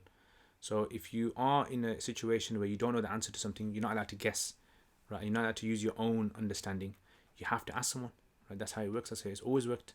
So you ask someone, as long as that person you believe they are upright, as long as that person you believe they are, of good sound knowledge, then whatever they say, you're allowed to act upon it, and they'll have to hold the burden on the day of judgment in front of Allah. Okay, Sheikh Ali, Rahman wa alaikum assalam, rahmatullah. Imagine if a person oversleeps during Asr and wakes up just 5 minutes before Maghrib Salah, can he pray for Salah of Asr? Heard we can't pray during that time. Is it that shaitan stands? Yeah, so you're not allowed to pray, basically, you're not allowed to pray at sunset. So sunset means when the disk of the sun starts to touch the horizon. You're not allowed to pray anything then. However, the Prophet ﷺ has said that whoever gets 1 rakat of Asr before the sun sets, so that you got right to the, and you started your Asr just before the sun sets, he's got his Asr. So some have interpreted this hadith to mean, although it's not the agreed upon interpretation, this is one interpretation, if you get 1 rakat of Asr before sunset and you get 3 rakats of Asr after sunset, then this is permissible. So this wouldn't fall under the prohibition of the Prophet ﷺ for forbidding someone from praying at sunset time, because that would mean praying all of your salat from beginning to end in the sunset. In front of us, or is it that we need to pray at that time as pagans pray? What does this time starts? How many minutes? Yes, I'll mention that one. Wind down, Jazakallah khair for your kind donation. May Allah reward you. Thank you very much. Alhamdulillah. Okay, what I'm going to do is I'm going to have a little break here. I'm going to get something to drink, inshallah. Just get some tea or something, inshallah. So I'll be back in 5 minutes. Okay, so I'm going to pause it now. So in 5 minutes, inshallah, I'll be back, because I just need to have something to drink, inshallah.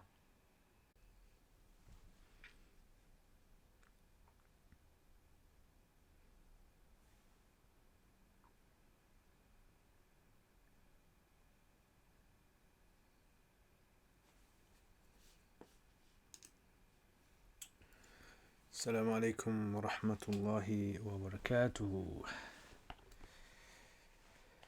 Ya Allah.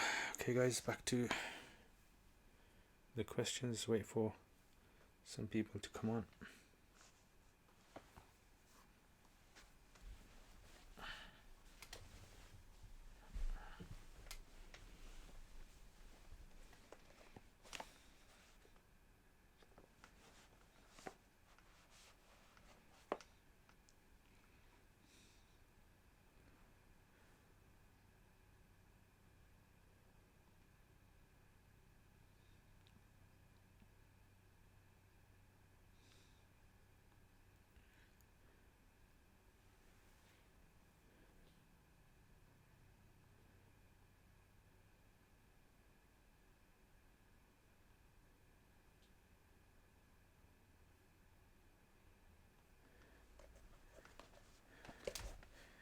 Okay, so let's continue then.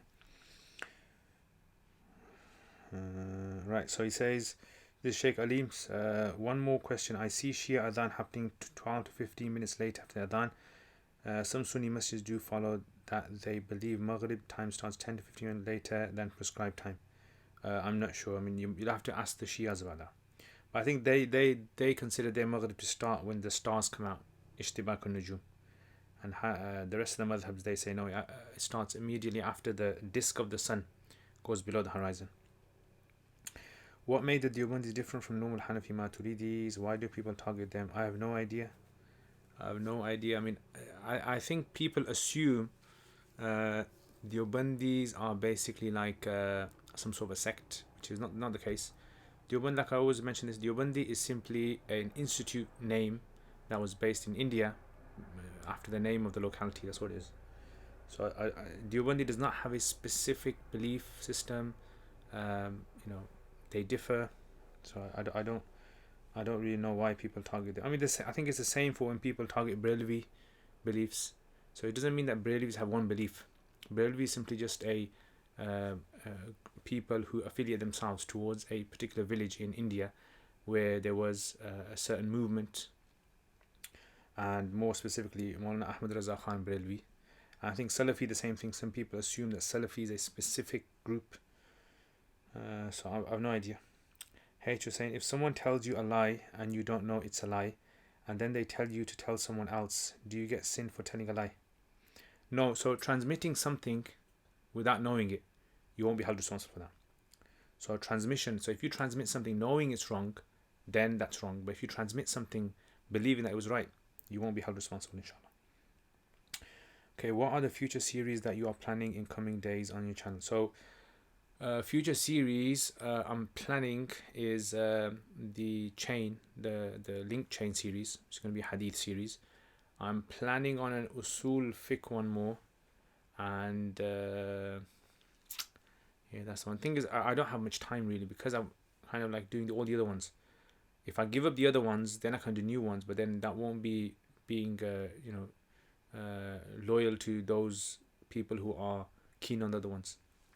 So yeah, I've got loads of ideas in my head, filled with loads of ideas, and lots of people always give me ideas of what I can do.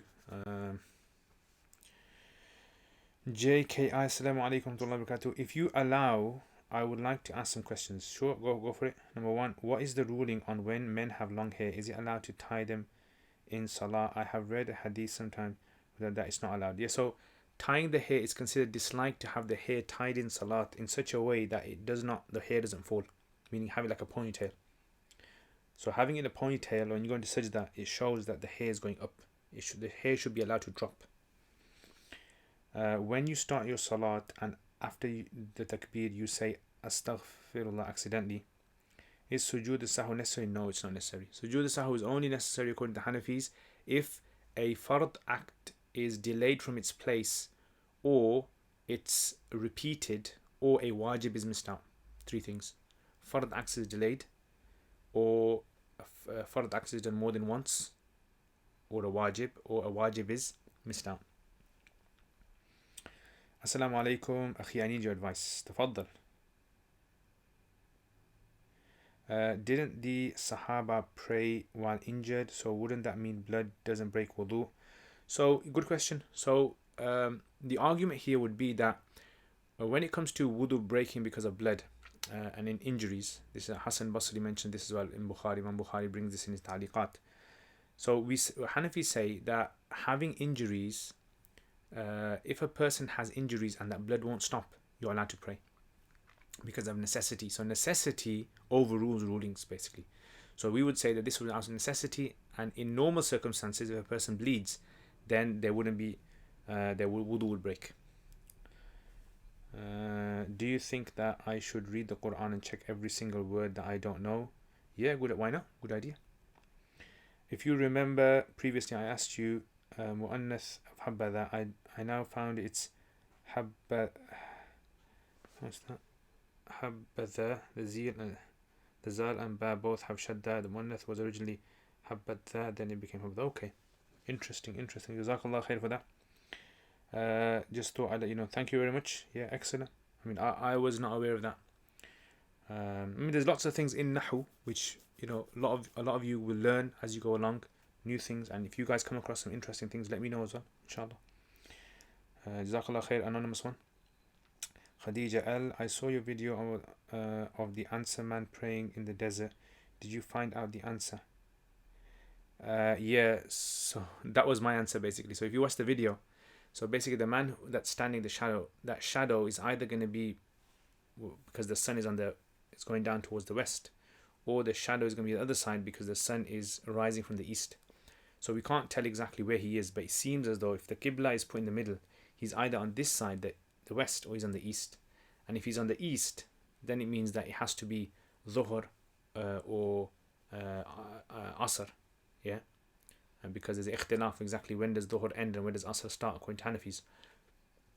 But if he's on this side, the westerly side, meaning towards Africa, then that means that he's going to be in the morning prayer, as in the, you know, the nafal prayer that you pray in the morning, duha, yeah, jasta we call it in Urdu. Yeah, so that's basically what I thought. I don't know, what did you guys come up with? Sheikh Oz 7, Jazakallah khair, is waw and fa the only harf istinafiya? Are there other ways to start sentences? I can't find any grammar book that talks about istinaf. Yeah, I mean, the only two that I know, waw and fa. Yeah, that's the only two that are common in the Quran as well. Waw and fa. I don't think there's anything else. There might be ikhtilaf issues among some grammarians who do allow. But yeah, no other harf I can find. Sheikh Ali, when a person wakes up in the state of junub and there is very less time left for Fard Salat, chance of it being qada, ghusl is done. In that condition, what's the best ruling? According to Hanafis, majority of the Hanafis, they say you do ghusl and you do your qada salat. According to Imam Zufar, he says no, you're allowed to do tayammum and you pray on time. It's basically an ikhtilaf of what's more important, praying in a state of ghusl or praying your salat on time. So those who say praying in a state of ghusl, therefore they say you do qada. And the other Zufar says that praying on time is more important, therefore tayammum. Okay, can one do tayammum or wudu, and what if the person, I mentioned that. Zayma, assalamu alaikum wa rahmatullah, why are Muslims not allowed to have dogs as pets? So the issue with regards to dogs is, according to Hanafis, they say that the prohibitions about keeping a dog is only if the dog has no purpose at all. If the dog has a purpose, a function in the family, like protection or safety or guide dog or anything of those sorts, then it's permissible to keep a dog. Otherwise, if it's just for trivial reason, then no. Some other scholars have mentioned that having a dog, if a person's lonely, to keep themselves comforted, that is also allowed as well. That would fall under a purpose. But just to have for no reason, that would be Arkan. Salam, brother. Question: did Jesus Christ and his companions really call Godfather at the time? I have no idea. No idea. It's best to ask someone who knows about Christian texts. I mean, I'm not an expert in Christian texts, so maybe like Muhammad Hijab or these guys who are involved with Aira and Speaker's Corner. They'll probably know this. So I have no idea. There's nothing in our text, for example, there's nothing in our text, the Quran or in the Hadith, from what I've read, that mentions any of this. Yamna wa alaikum assalam wa rahmatullahi wa barakatuh. Muhammad Uddin, I feel like Arabic is my enemy. Have spent over £2,000 studying with a private teacher online using Bayna Yadayk. Used to do 1 hour every weekday, but it baffles me. Yeah, that can happen. Yeah, unfortunately that can happen. And it all depends. I mean, I personally think that a lot of the courses that people do, people are wasting their time really, because they're not focused. They don't really know what they want. So focused people who know what they want, right? They need to have a course which is just perfect for them, just to get them to their destination. And people who don't know, if you ask the average person, why are you studying Arabic? They go, because I want to understand the Quran. Then if you want to understand the Quran, you don't need to study all this grammar. Bayna Yadayk is not even the right book to understand the Quran. Bayna Yadayk is a good book if you want to be able to converse in Arabic, right? There's 3 volumes of it as well. If you want to converse and you want to speak, communication, right? And that's if you want to get a job in the Arab countries. So if you're living in a non-Arab country and you're learning the whole of Bani Yadayk, I don't think it's really very beneficial. Muhammaduddin, I have masters in engineering, but Arabic baffles me, especially grammar. I stopped for some time now as I don't have, I can never learn it. Yeah, I mean, again, on the bottom, yeah, learning Deen. If you email here, we've got 17 lessons course, and lots of people have done it, alhamdulillah. Lots of people have found it very beneficial. Even people who have studied a bit of Arabic before, even they find it beneficial. So maybe you can try that. I don't know. Sheikh Alim, can one gain expertise in all the branches of Islam, study like Aqeedah, Tafsir, Hadith, then work hard the entire life to gain knowledge, or needs to focus on a particular domain? I would personally say that it's not possible for a person to gain expertise in all of them. I don't think it's possible. What I would say is you focus on 1 or 2. Yeah, focus on them, because expertise is just like a tree. So imagine a tree. So imagine a tree that has lots of branches, and those branches have sub-branches, and those branches have sub-branches, right? Branches out. Some people, when they study, they only reach the trunk of the tree, and they think they understand the whole science. And then some people reach into the first branch, and some people reach in the second branch. If you really want to understand, you need to understand all the every single branch, every single twig, every single leaf on the tree. That's to become an expert, and that will take you years and years and years, right? Because that requires not just understanding the science itself, but understanding all the discussions that were done on the science by the different generations of scholars. So, for example, let's say you wanted to study Hadith, and you want to be an expert in Hadith. You would need to study all the Hadith of Prophet ﷺ, first of all, and there's about over 50,000 Hadith, number 1. Number 2 is you'd need to study all the chains, right? Which there's more than 50,000 chains. Number 3 is then you'd need to study every single narrator, and there's about 500,000 of them, and their lives, and study them and who they are and all the differences between 2 narrators. And then you'd have to look at mistakes that have been made throughout history in chains. Then you'd have to look at juxtaposing the chains, comparison of the chains. Then you'd have to study all the different terminology that have been used by scholars over the years to discuss chains. So this is like a very, very long science. If you want to become like a real expert, very, very long science this is. If you just want to kind of just get a kind of like comfortable feeling about the science, then you can do it, yeah, definitely. If you want to reach the trunk, you can study the trunks of all the sciences, Nahu and Sarf and Aqeedah and Tafsir, and yeah, it's fine. Okay, Yamna, is it considered backbiting if you mention the shortcomings of a specific person to someone who doesn't know them personally and has never met them but could potentially meet them in the future?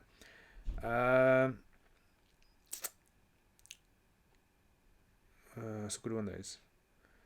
I mean, on the one hand, the whole idea of backbiting being prohibited is because you're creating a bad image of someone else in another person's mind. So if I'm talking to you and I'm talking about Zaid, I'm creating a bad image of Zaid in your mind. Now, if, for example, like you don't know who Zaid is, and most likely you won't even meet them. You might meet them, you might not meet them.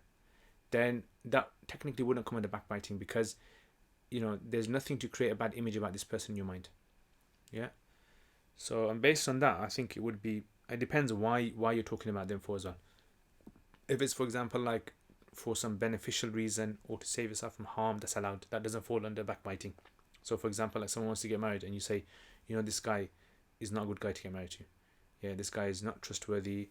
This guy, you know, he's lazy, like this. So, you know, these kind of things you're allowed to mention because it's for a something which is to save harm from someone else. Okay, it all depends on what the discussion is. Hawa Al-Hassan, can you follow the Imam to prayer when you read in the house? So can you follow the Imam? If the Imam's in your house, definitely. If he's close by. But if the Imam is far away, no, then you can't.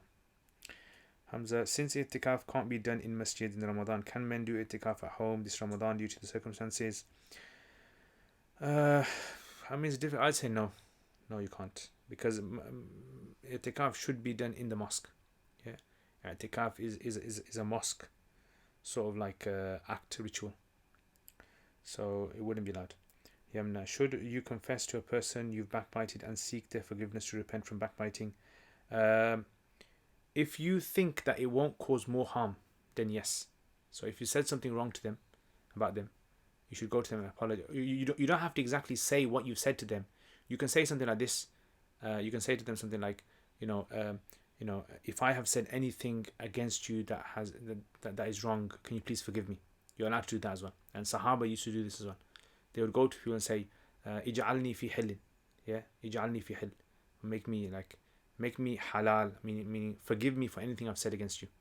You're allowed to do that as well. So sometimes some people, when they're going for Umrah, Hajj, they send a message around and saying, "If I've said anything bad against you, please forgive me."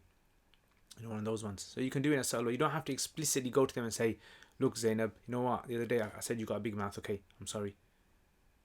You don't have to say that, because that might hurt them more. So you don't want to kind of cause more harm than you've already done. Okay.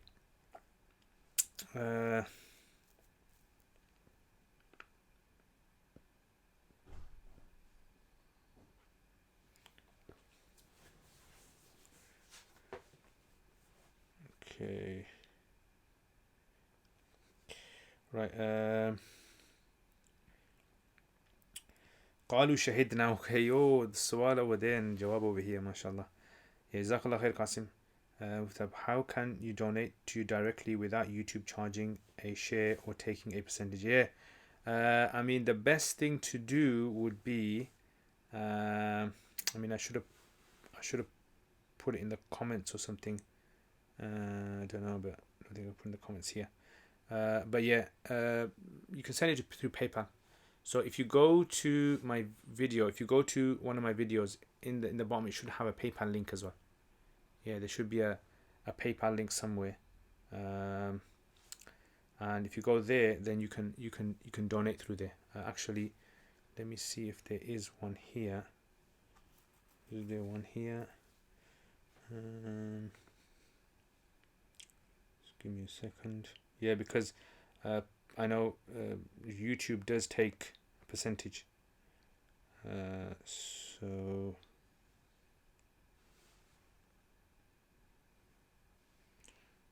let me just check.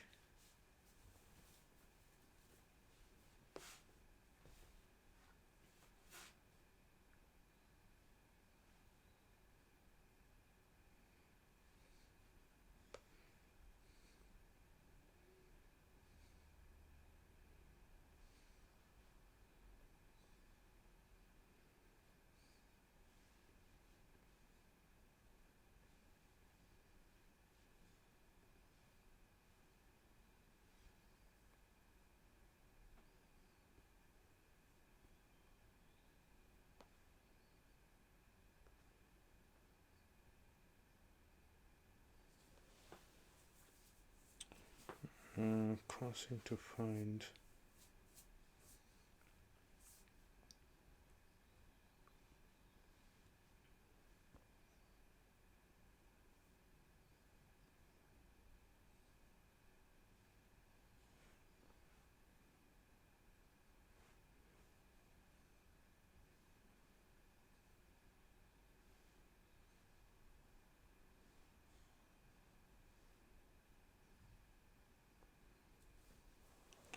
Yeah, I can't seem to find it over here.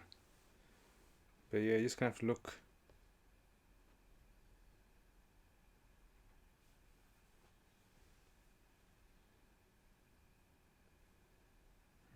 Yeah, I apologize. I can't seem to find it over here. Anyway, let's continue with these questions then. Alright, so Zara, Assalamu alaikum wa rahmatullahi wa barakatuh. If a person dies at a time where there is illness but didn't die of the particular illness, do they still gain the status of martyr? Not necessarily. I mean, not based on the hadith. Based on the hadith, it would be, due to the particular illness. Wallahu alam. Someone, Salaam Mufti Sahab, can I watch Pakistani drama shows, please? No Bollywood or Indian dramas. Can you watch them? I mean, as long as there's no nudity in there, as long as there's no nothing vulgar in there, then it should be okay. قالوا بلا شهدنا جزاك الله خير. Salam Dawood Hussein Sharif Will. Assalamu alaikum. The Dome of the Rock, what is the history of this? So the Dome of the Rock is basically was built 70 years after Hijrah. It was built by the Khalifa Abdul Malik bin Marwan. So what happened was, when Islam reached Palestine, there was lots of churches there that looked very beautiful, and the Muslims didn't have anything. Like Masjid Aqsa was just a flat, plain ground. So there was like a mound right in the middle. It's known as the Temple Mound. They call it, the Jews call it Temple Mound. So what the Muslims done was, they built on that location. They built the Dome of the Rock. So this was built by Abdul Malik bin Marwan, and he built it in a very mathematical way. So like all these numbers of doors, he had a specific number of windows, all this based upon normal Andalusi kind of like geometry, and it was considered to be like the oldest structure there. So today it's actually the oldest structure. Everything else has been broken down several times because of earthquakes, but this has lasted. And the gold wasn't gold. It wasn't a gold dome before. It was actually a grey dome, and then the gold was actually put on by the Jordanians. The Jordanians actually paid for the gold. They put the gold on, and then the Ottomans, they actually did some refurbishments to it as well. There was like a 90-year period in the 500s where the Crusaders took it over and made it into like a church. But yeah, so that's the Muslims' history. There's no nothing specific about it, in essence. Why now from PayPal? Dawood was saying, do you have to do a prostration or recital even if you read the sajda ayah in a language other than Arabic, such as English or Urdu?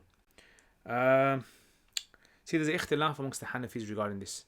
Some of the Hanafis say that yes, you have to, because it's still technically kind of reciting like the command in the Quran to prostrate. And other Hanafis, no, it's not Quran. Yeah, I would say no, you don't have to.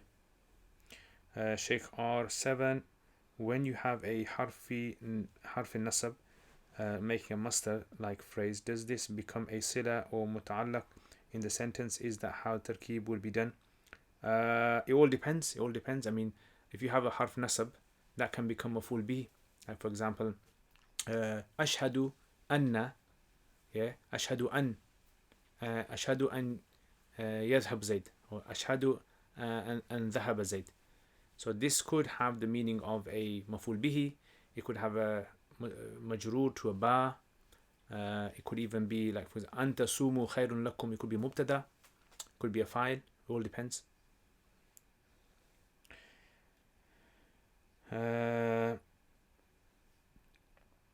Okay, Yamna, if one has a lot of qada prayers to complete, is it more important to focus on quality khushu, or is it more preferred to focus on completing them? Yeah, definitely completing them. Yeah. Hamza S, is it makruh to pray with short sleeves? Again, when it comes to short sleeves, it's the ruling with regards to praying with the clothing. So praying with the clothing basically is that clothing that you'd be comfortable wearing outdoors with other people. Right, so whatever clothes you're comfortable wearing outside, you can pray salat in them. Right, so if you're comfortable in wearing short sleeves outdoors, then you can pray salat in it. Okay, next. Arkan Salam, did Jesus ﷺ companions really call God Father?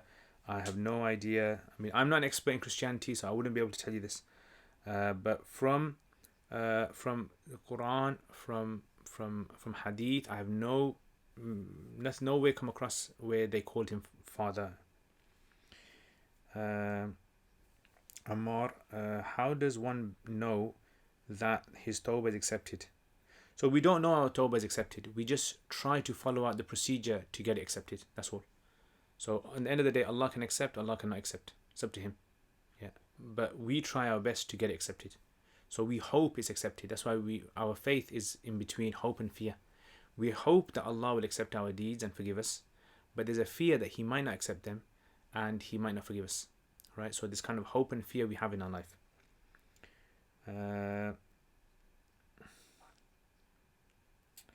Okay. After watching you, I have come to the conclusion that your version of Hanafi fiqh is just make it up as you go along, nothing to do with Imam Hanifa. Jazakallah khair. MashaAllah. Very interesting point.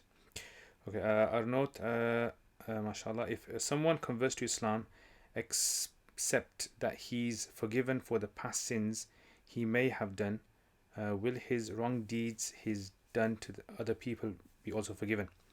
So if a person has committed sins, then those sins are considered to be forgiven when a person accepts Islam. However, if a person has wronged someone else, has done harm to someone else, then he, according to the scholars, there's a difference of opinion. So Maturidis and Ash'aris would differ in this issue. Ash'aris would say no, a person is not held responsible for any action. Maturidis would say yes, a person is held responsible for their actions, even if they weren't Muslim, as long as that action was considered to be a good action, right, in human society, or a bad action. So for example, like murder is a bad action, theft is a bad action. So if a person commits these before accepting Islam, according to the Ash'aris, that person will not be held responsible once they become Muslim. But according to the Maturidis, they say no, that because it's known in human society that this action is wrong or this action is right, then that person would either be rewarded or punished on the Day of Judgment because of this, and would have to and therefore seek forgiveness. When studying Muqaddimah ibn Salah, what books do you recommend should do Mutala along with Muqaddimah Salah? Yeah, so if you're studying Muqaddimah ibn Salah, if you're going through the lessons on my Patreon, then what I would suggest is you study, and before that you should have studied Nukhbat al-Fiqh before that. Tadrib al-Rawi, so read Tadrib al-Rawi on the side, number 1. Number 2 is Nukat, so Nukat al-Ibn Salah by Ibn Hajar and by Zirkashi. These are two good ones. Zirkashi and Ibn Hajar are very good. And number 3, what I would suggest studying as well with that is Tahrir Ulum al-Hadith by Sheikh Abdullah Juday. Sheikh Abdullah Juday's Tahrir Ulum al-Hadith. These are very, very useful books to study. And if you want to, for example, like maybe even go through the lessons of Sheikh Sharif Hatim al-Auni, they're very good as well. So Sharif Hatim al-Auni has some recordings that you can go through on his website. Very, very good on YouTube as well. Very, very useful. Okay, Sufyan, remind all the viewers to click the like button. Yes, everyone, if you haven't clicked the like button, then I suggest click the like button now. Yeah, hit it. You don't hit it too hard, you might break your devices. Jazakallah khair, Sufyan, for reminding. He will get into inshallah. Okay, if the bad image of Islam got presented to a non-Muslim and he didn't have the means to truly understand the correct image of Islam, such a person still disbeliever. So yeah, this is where ilm al-kalam kicks in now, because this would be the fiqh of Aqidah.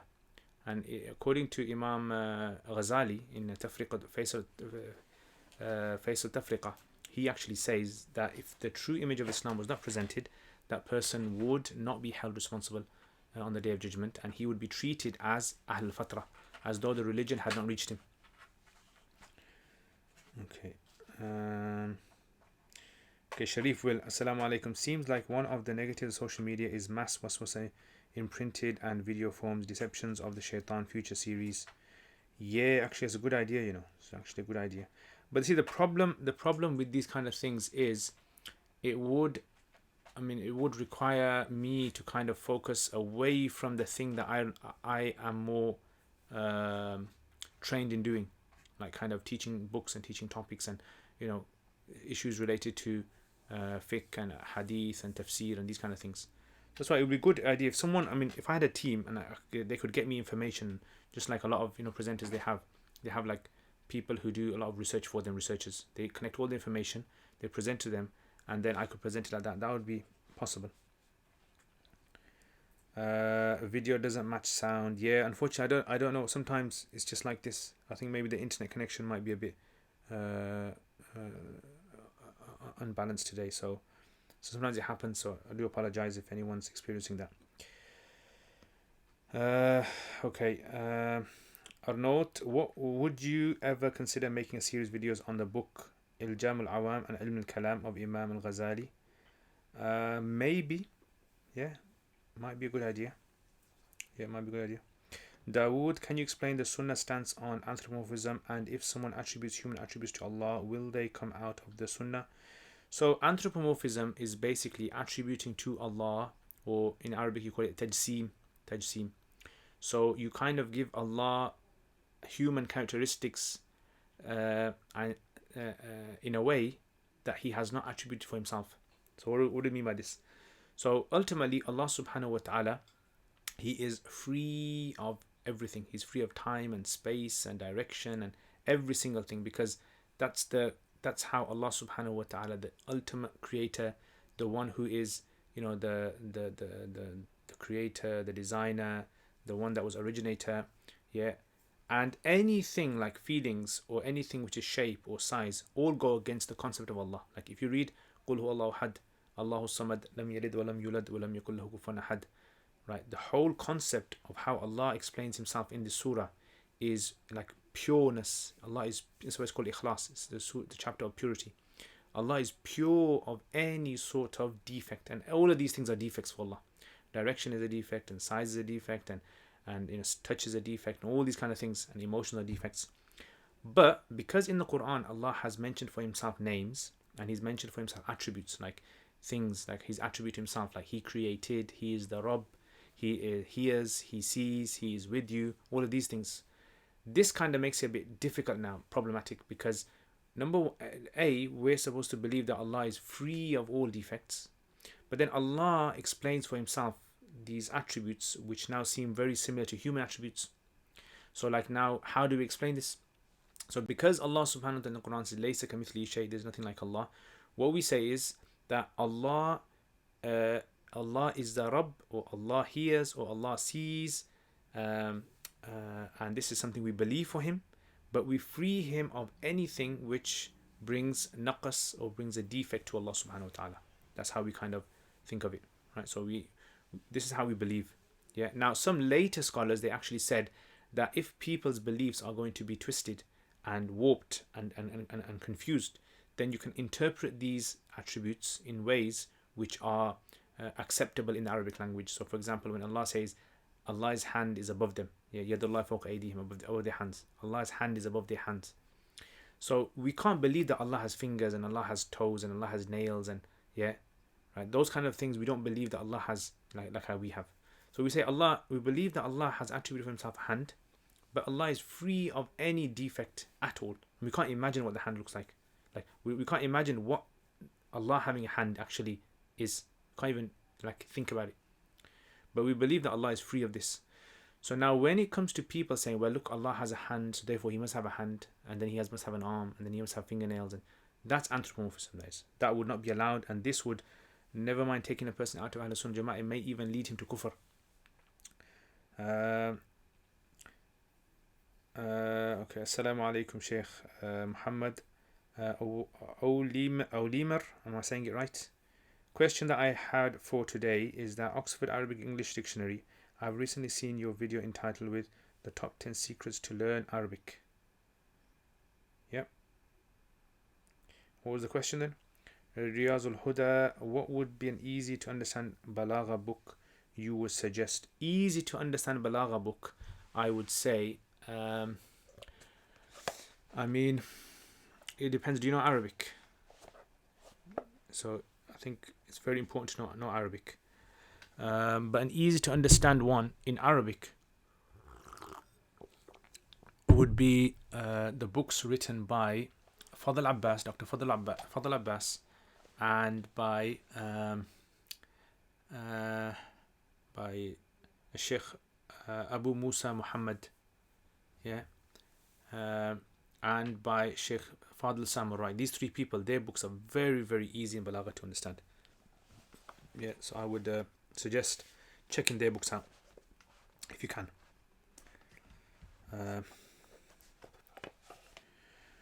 Okay, but if you know Arabic, I mean, if you check my uruk.com, my website, I've done 2 courses on Balagha, and I've done it focused purely on the Quran, and I've tried to make it easy as possible. Now, if you go through those 2 courses, then you'll be able to understand a lot of the concepts in the Balagha books. If you want to study something like Talkhis al-Miftah, these kind of books, I wouldn't really suggest those unless you want to become an expert in Balagha. Like you want to, like explaining earlier on about the tree. If you want to get right to the tip of the branches, those kind of books are good for that. Ilm al-Balagha, Talkhis al-Miftah, and what's his name? Taftazani's commentary on there as well.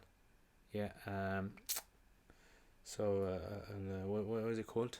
Talkhis al-Miftah, Mukhtasar al-Ma'ani, and Mutawwal. He's got 2 commentaries. Saad Patel, have you made any research notes on fiqh, hadith, usul? Would you mind sharing those? Have you made any research notes on fiqh, hadith, usul? I don't understand. I mean, research notes. I mean, research notes. I mean, what you see in my videos is my research and my notes. So my usul fiqh ones, I've done 28 lessons of usul fiqh. That's basically what I have. I'm not really kind of a guy in the habit of making neat notes. I just make scribbles in places. So different places I'll scribble things down inside of books, like in the covers of books, on the margins. I'll scribble things down, stuff like that. That's how I make my notes. Sheikh, can you do more videos on reading? I mean, what kind of notes I do have, I'll try to look for them and try to put them up on my social media if I can find them. Sheikh, can you do more videos on reading sessions? Yes, inshallah. So reading sessions, inshallah, I'm going to be doing them every Sunday at the moment. Well, next week, but then maybe, yeah. So tomorrow Sunday, and the week after that Sunday, then Ramadan I'll have to change the time. But yeah, tomorrow is going to be a reading session, 7 o'clock inshallah. Yasin J, I'm currently studying Quranic Arabic with Sheikh Idris. Once that completes, I'm going to do 2-year Arabic course with Mufti Yusuf Mullan. Do you know him? I don't know him personally. Sheikh Idris, once I've met him a few times. MashaAllah, very nice guy. Sheikh Yusuf Mullan, I haven't met him. I've heard about him. MP wa alaikum salam. Alhamdulillah, jazakallah khair. How are you? I'm very well. Weekend is going very well. Nasima, I was interested to Yusuf Mullan. Zara, jazakallah khair. Big Mo, salamu alaikum wa rahmatullahi wa barakatuh. She missed out because I was heating and was kind of out. MashaAllah, excellent. Rijwan, la kalam wa la salam. Rijwan, wa assalamu alaikum. Big Mo, Sheikh, who is your weekend, my dear Sheikh? Alhamdulillah, Big Mo, my weekend's very good. How was your weekend? Did you manage to sort out the hair issue? Someone, jazakallah khair, so you're the best. Someone, you are the best as well. Sharif, assalamu alaikum. What kind of schedule will keep doing Ramadan if lockdown continues through Ramadan? Any suggestions for us? Was really asking about the well of souls, Bi'rul Arwah. I mean, what kind of schedule can you keep? It's up to you. I mean, I would say, look, have your schedule in your day. Put down 3 or 4 or 5 things that you want to do, and the rest of the day just keep it open. Yeah. So when you make a schedule, I personally think you shouldn't keep like a very tight schedule, because then you might not be able to keep it up, and then you feel demotivated. So in your day, 2 or 3 or maybe 4 things. So okay, after Fajr I'm gonna do this. Maybe at 12 o'clock I'm gonna do this. Maybe after Zohar I'll do this. Maybe Asr I'll do this. Have your times and then work around that. رجوان رحمن رأيت ذبابا يجلس على رأسي اليوم ما شاء الله أهلا وسهلا فهل طار الذباب أم بقي? Big Mo, Sheikh, please don't rap now, please, Sheikh, because I love you learning. MashaAllah. Big Mo, you're always here, bro. Aliyu, if me and my brother are criticizing a YouTuber, is this considered backbiting or talking about how he is going wrong information, how the YouTuber has done it before? Yes, this would be correct. This would be allowed. This would come under criticism. That would be fine. Big Mo, Sheikh, what you drinking? Nice cup. Yeah, so this is basically green tea, and this is a clay cup. This is a clay cup. Ali, if I'm watching a video with people and I ask what's that fat guy's name, then I realize guy I'm asking about Muslim, is it back? No, it won't, because that's how you're identifying him. But if you were to make fun of him, right, then that would be considered backbiting. Blessed Journey, assalamu alaikum wa rahmatullahi wa barakatuh. Ard Barachain, I once came upon a hadith which stated that eating different types of meat is forbidden, but I cannot find any more. You know this hadith? No, unfortunately I don't know. ماذا قال ذلك الغبي في علمك إنه ذو خطأ عظيم. Okay, لا أدري رجوان، لا أدري ماذا شربت اليوم. Yasin, Mufti Sheikh R7, Jazakallah khair, Mufti, for all your efforts. May Allah preserve you and keep you and your family safe. Jazakallah khair, Sheikh R7. Do you drive an R7? Blessed Jenny, is it permissible to speed up recording, e.g. times 1, 2 of the Quran? To speed up the recording. Which Quran? I don't understand. If you can explain that. Is it makruh to pray without head covering? No, it's not. Sheikh R7, last question for me today. I'm confused about moving your tongue or mouth in Salat. Is it a fard action? Do you have to do it when you're praying by yourself, only when you are following behind Imam? So when you're praying your Salat on your own, or you're the Imam, then in silent prayers you have to pronounce the letters in your mouth. So you have to recite. That's pronouncing the letters is there. If you stay silent in your Salat, and you're the Imam, or you're praying on your own, then that Salat will not be valid. So you have to recite. But if you're behind the Imam, according to Hanafis, you don't have to recite anything. You can stay silent. Big Mo, ya Sheikh, video does not match sound. Why? I can't barely hear you. Okay, Muhammad Uddin, I've heard Hatim al-Auni is a very good in Hadith. Yeah, he's very good in Usul Hadith, definitely. Sayyid Fuzail, what are the good books to read as a beginner, intermediate Arabic learner? Beginning Arabic learner, I mean, what I would suggest, instead of telling you books, what I would suggest is do the 17 lessons. If you do the 17 lessons, then ask me this question. Then I'll tell you. Because I personally don't recommend for anyone who hasn't studied any Arabic at all to directly go into books, in grammar books. It's a big mistake. What did you name your kitten? Do you have any very basic beginners videos? So kitten is called Catty so far. We haven't given a name yet. So it's grown up now. It's not kitten anymore. And basic beginners videos to Islam crash course. Check my crash course series out. And there's very basic stuff in there, inshallah. You can check that out.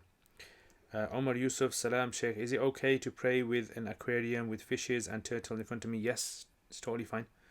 The Usul intro videos was very good. Had to watch twice, but I like the visual guide. It was easy to understand. Yeah, Jazakallah khair. I mean, sometimes I think to myself, are people watching it because it's one of those ASMR things where it's visually kind of nice and they just like listen to the sound of the pen and they like seeing the colors, or is it really because they're learning stuff? But alhamdulillah. Sharif will, Assalamu alaikum. Hear your sips before you pick up a cup. Is that special effects? So I think the sound is not synced for some reason. I think it's the problem with the internet or something today. So sound doesn't seem to be synced. Yeah, for some reason. So I do apologize for that. So Sheikh, I purchased your Arabic course a few years ago and received each lesson by email. I find it unorganized and difficult to follow. Do you have a more current version of the course? Yeah, so if you email, so the email that you got the course by in the first place, if you email that email and mention your whole situation, the admin will get back to you, inshallah. Yeah, so again, email, inshallah. Email the course that you enrolled on as well. Okay, Bima, where can I find some really nice Arabic Islamic poetry? YouTube. Yeah, so on YouTube you can find loads. If you just type in Arabic, all the nasheeds are Arabic Islamic poetries. Yeah, all the nasheeds that people hear, and they're all Arabic poetry there. Muhammad bin Salam, is not praying the Sunnah Muakkada prayer sinful? So according to Hanafis, if a person was to miss out their Sunnah prayers deliberately and by belittling the Sunnah as though the Sunnah have no value in Islam, then that would be something that would be very sinful and may even lead to a person, being on the border of kufr.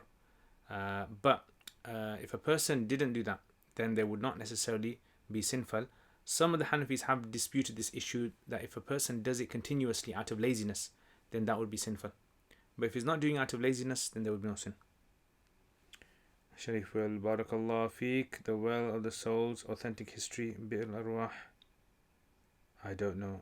I have never come across it. What is it about, Bir al-Arwah? Is it a book name? Blessed Journey. On the YouTube videos, you can speed up the video. So if I were to listen to the Quran on the video, could I speed it up? Yes. Yeah, definitely. I speed up Husari's qira'ah to about 1.7, 1.6, 1.7. Book review, please. Oh, yes. Sheikh R7 or Sheikh, I drive a Kia Soul on my dad's van, sometimes Nissan Quest. Sheikh is my last name, and 7 is my favorite number. Okay, I was thinking, mashallah, this guy probably, chilling out, locked down in his R7. Okay, Jazakallah khair. Big Mo, Sheikh, is green tea too good to lose weight or overweight or obese person? I have no idea at all. I don't drink it to lose weight, but I don't know, maybe you can try it. Where can I get a cup like this? I don't know, check, Google it. Clay cups, look for clay cups. What is a good Arabic seerah book? A good Arabic seerah book is There's quite a few good Arabic Sirah books. I mean, Sirah Ibn Hisham is quite good. Sirah Al-Rawd al-Anif is quite good. Suhaili's. Also, what else is there? There's Al-Qustallani's, what's his one called? 10 volumes. I forgot what it's called now. It's in 10 volumes. Qustallani's a very famous one. What is the plan for this live Q&A session during Ramadan? Will it be put on hold? Yeah, I don't know what I'm going to do in Ramadan. I'm thinking, what do you guys think? Should I put it on hold? Should I continue it? So you guys, what do you guys think? What do you guys think the best thing to do is? I mean, the problem is in Ramadan, everyone has their own schedules. So it's a bit difficult to kind of stick to evenings would be not possible.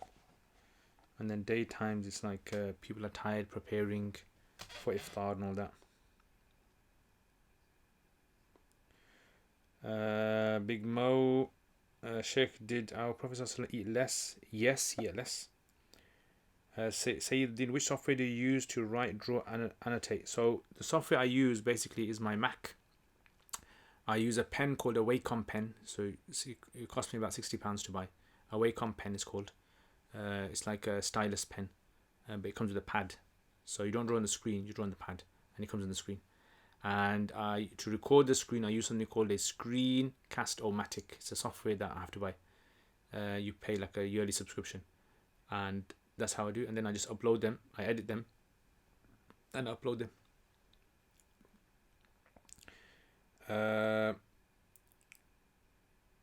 A lot of the visual learners, hence we like Usul Fiqh crash course, not ASMR pleasure. Continue with Q&A in Ramadan, please. Zainur, is Qasas Part 5 a good beginner for Sirah in Arabic? Yes, Qasas Part 5 is... See, the thing is, Sheikh Abdul Hayy Laknawi, he doesn't like Sirah to be taught with names and dates. He says that in his... he's got a book called Al-Islam wa Siyasa, I think it's called. Something like that. I don't know. Is it Islam wa Siyasa or is it Tarbiyah or something? I can't remember. One of his books I read many years ago. And he's got his own sort of thing when it comes to certain sciences like tafsir. He's against this idea of teaching a tafsir, like when all the madrasas when they teach tafsirs, when they just like bring tafsir after tafsir for each ayah. He doesn't like that. He says each ayah should just be explained as it is. Just don't bring the tafsirs into it. You could just explain each ayah as it is. Yeah, and he goes, he's totally against this idea of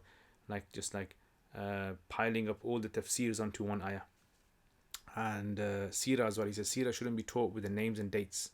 Sirah should be taught with waqai', like it should impact a person's heart. So this is why, like, if you read his book called Shakhsiyat al-Kutub, one of the books that he really praises is what do you call it? Zad al-Ma'ad. Zad al-Ma'ad. It's a Sirah book. It's 5 volumes, and he says that's one of the best Sirah books you can get. And also he likes the book, although it's I think it's an Urdu book. It's written by Shibli Nu'mani. It's al-Faruq Umar. Yeah, he said those because they have an impact on your heart. Like the way they present the information, it's more like impacting. Otherwise, in Sirah, learning names and dates, there's no point for it. It's just like it just seems to be something which people are doing just for the sake of it. Ali, please continue. Esos, and yes, I think we should still have Q&A Ramadan, maybe in the afternoon after Zuhr. Okay. MP, maybe do a short version of it an early time on Saturday. Adam Gardner, Assalamu alaikum. What does your name mean?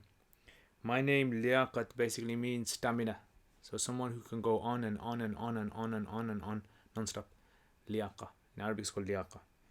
Yeah, so when I go to Arabs and I say to them my name is Liaqa, they all like get surprised. Because liaqa is normally like in the gym when someone can do weights for a long time. They go, this guy's got liaqa. So my name just means that. I'm not going to ask Adam Gardner. I'm not going to ask what the Gardner means, bro. Blessed Journey, could you explain how to do bina of Salat and its conditions? Okay, maybe next time. I think we're short on time now. After Zuhr or Asr, Ameen. Okay, mashallah. Alright, so now let's have a look at a book. Ya Allah. Alright, so let me see which book I should choose today.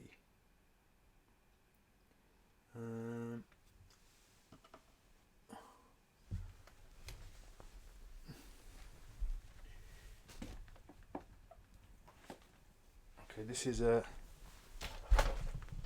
good book. Okay, so this is a book called Al-Jami' li Hadi al-Habib. Right, so this is written by Maulana Muawiyah ibn Abdul Samad. Right, so Maulana Muawiyah is a teacher in Blackburn Madrasa. So this is one of the books that he sent me. It's called Jami' li Hadi al-Habib.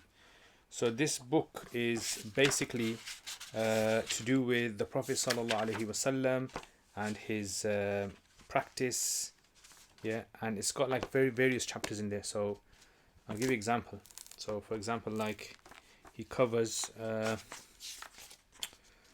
chapter of Niyyah, chapters to do with du'as, chapters to do with ilm, chapters to do with good character, chapters to do with zuhud, chapters to do with the virtues of actions, chapters to do with purity, of giving salam, of prayer, of janaza, zakat, hajj, fasting.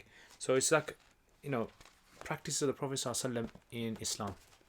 And what he's done here is he's basically brought, so all it's like the introduction is in Arabic. He's brought the Arabic hadith, so like this, basically like that, as you can see. So I don't know how clear it is. And he's brought like the Arabic hadith, and then he's brought a translation. So he's only focused on translation really, but he's selected hadith which he believes are very important for a Muslim to know. So for example, like he's got chapters to do with dua and hamd. Yeah, so for example, like Abu Hurairah narrated that Tufail bin Amr ad-Dawsi radiallahu anhu and his companions came to the Prophet ﷺ and said, O Messenger of Allah, the people of the tribe of Daws disobeyed Allah and refused to accept the truth and follow you. Hence supplicate to Allah against them. The people said, the tribe of Daws is ruined if the Prophet ﷺ curses them and ask Allah to destroy them. The Prophet ﷺ said, O Allah, give guidance to the people of Daws and let them embrace Islam. Yeah, so the Prophet ﷺ, amazing character. He had, he would make dua for them instead of cursing them. And another one, for example, like let's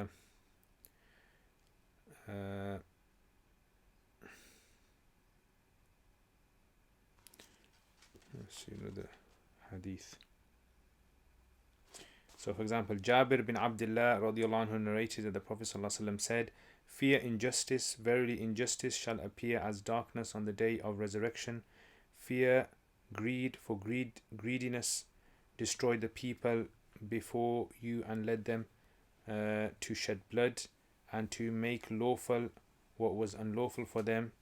Sahih Muslim hadith number. So it brings references are where the hadith can be found.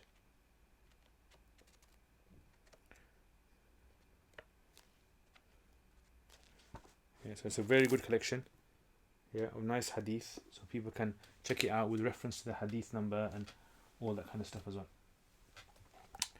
Alright, so what else do we have here?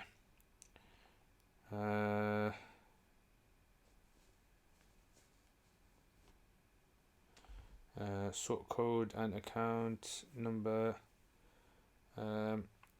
Send the details. If you email the details, what I can do is I can put the details in the description afterwards later on, and then you can send it on that, inshallah. Why now? In Urdu, Liaquat has a different meaning. Okay.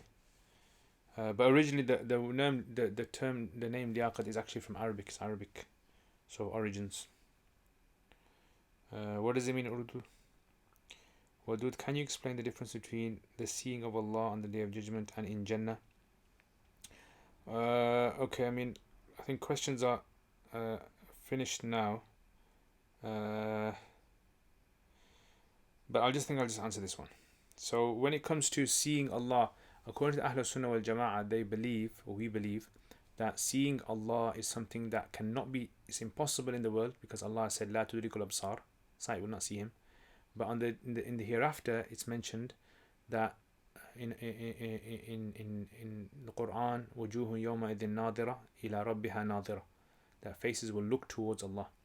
And in Hadith, many hadith in Bukhari, Muslim, and nearly all the books of Hadith, that the Prophet ﷺ said to the Sahaba, إنكم لترون ربكم كما ترون القمر. Yeah, that you're going to see your Lord just as you see this moon here. You're going to see. That's why the Ahlul Sunnah wal Jama'ah believe that the seeing is part of the Aqidah.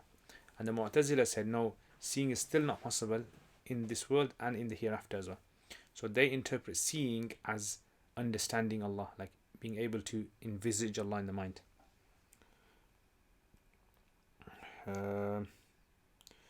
Is it possible for you to design a course to take a student from beginner to able to classical? Yes, that's what I'm working on, inshallah. That's what I'm working on. So the 17 lessons is the beginners, that's the beginners level, right? And then after that, we have various levels. Surah Yasin course, which is a continuation application of Arabic grammar there. Surah Mulk, which is an application of Arabic grammar there. We have Ajurumiyya, we have Tarkib course, and we have Balagha courses. Yeah. Muhammad Deen, maybe during Ramadan have 2 Q&As in a specific day that make them shorter. People still have work and might want to do their own thing. Shorter also make it easier for you. Jazakallah khair. Tasneem Begum, alaikum salam.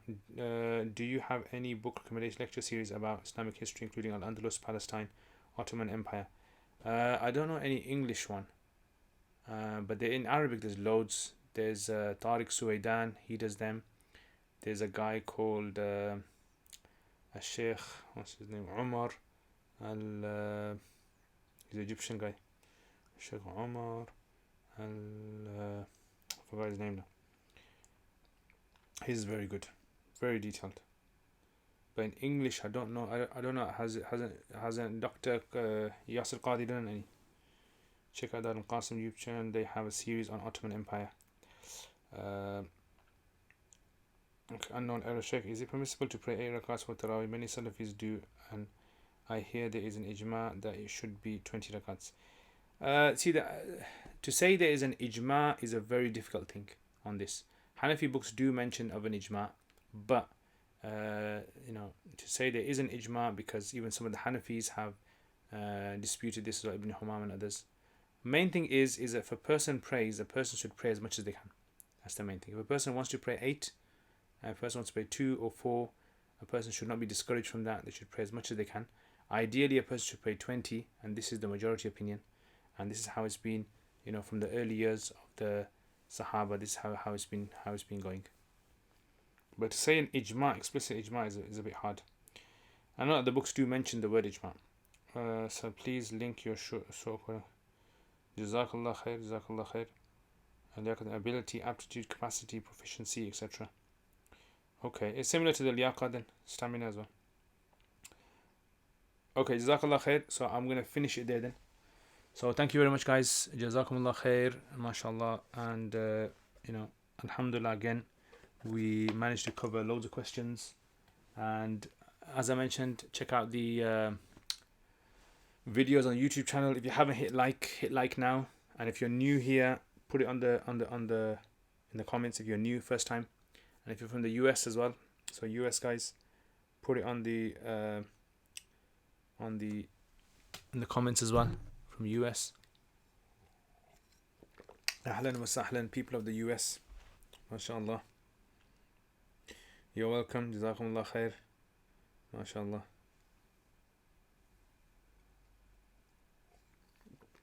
Alhamdulillah. Jazakallah khair. H. Hussein, Jazakallah khair. S. Hussein.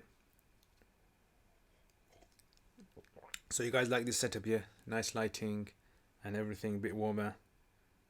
I think this is the sound problem. I don't know why the sound is playing up today. It must be the internet connection. Must be a bit slow.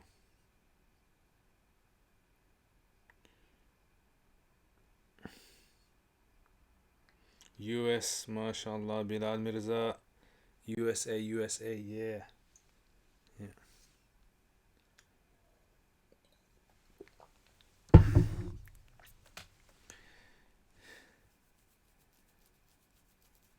Alright, guys, so Jazakallah khair. I think I'm gonna finish it there.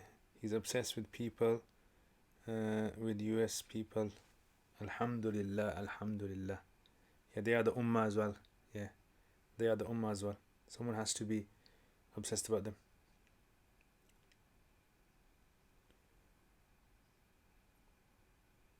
How is it so light when it's night? That's the thing, yeah. That's the thing. That's karamat. This is what we call karamat, guys.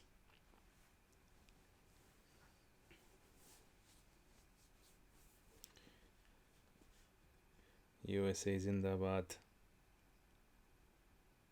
When do you sleep? Inshallah, I'm going to sleep after this. Inshallah. Alright, guys, take care, inshallah. Assalamu alaikum wa rahmatullahi wa barakatuh.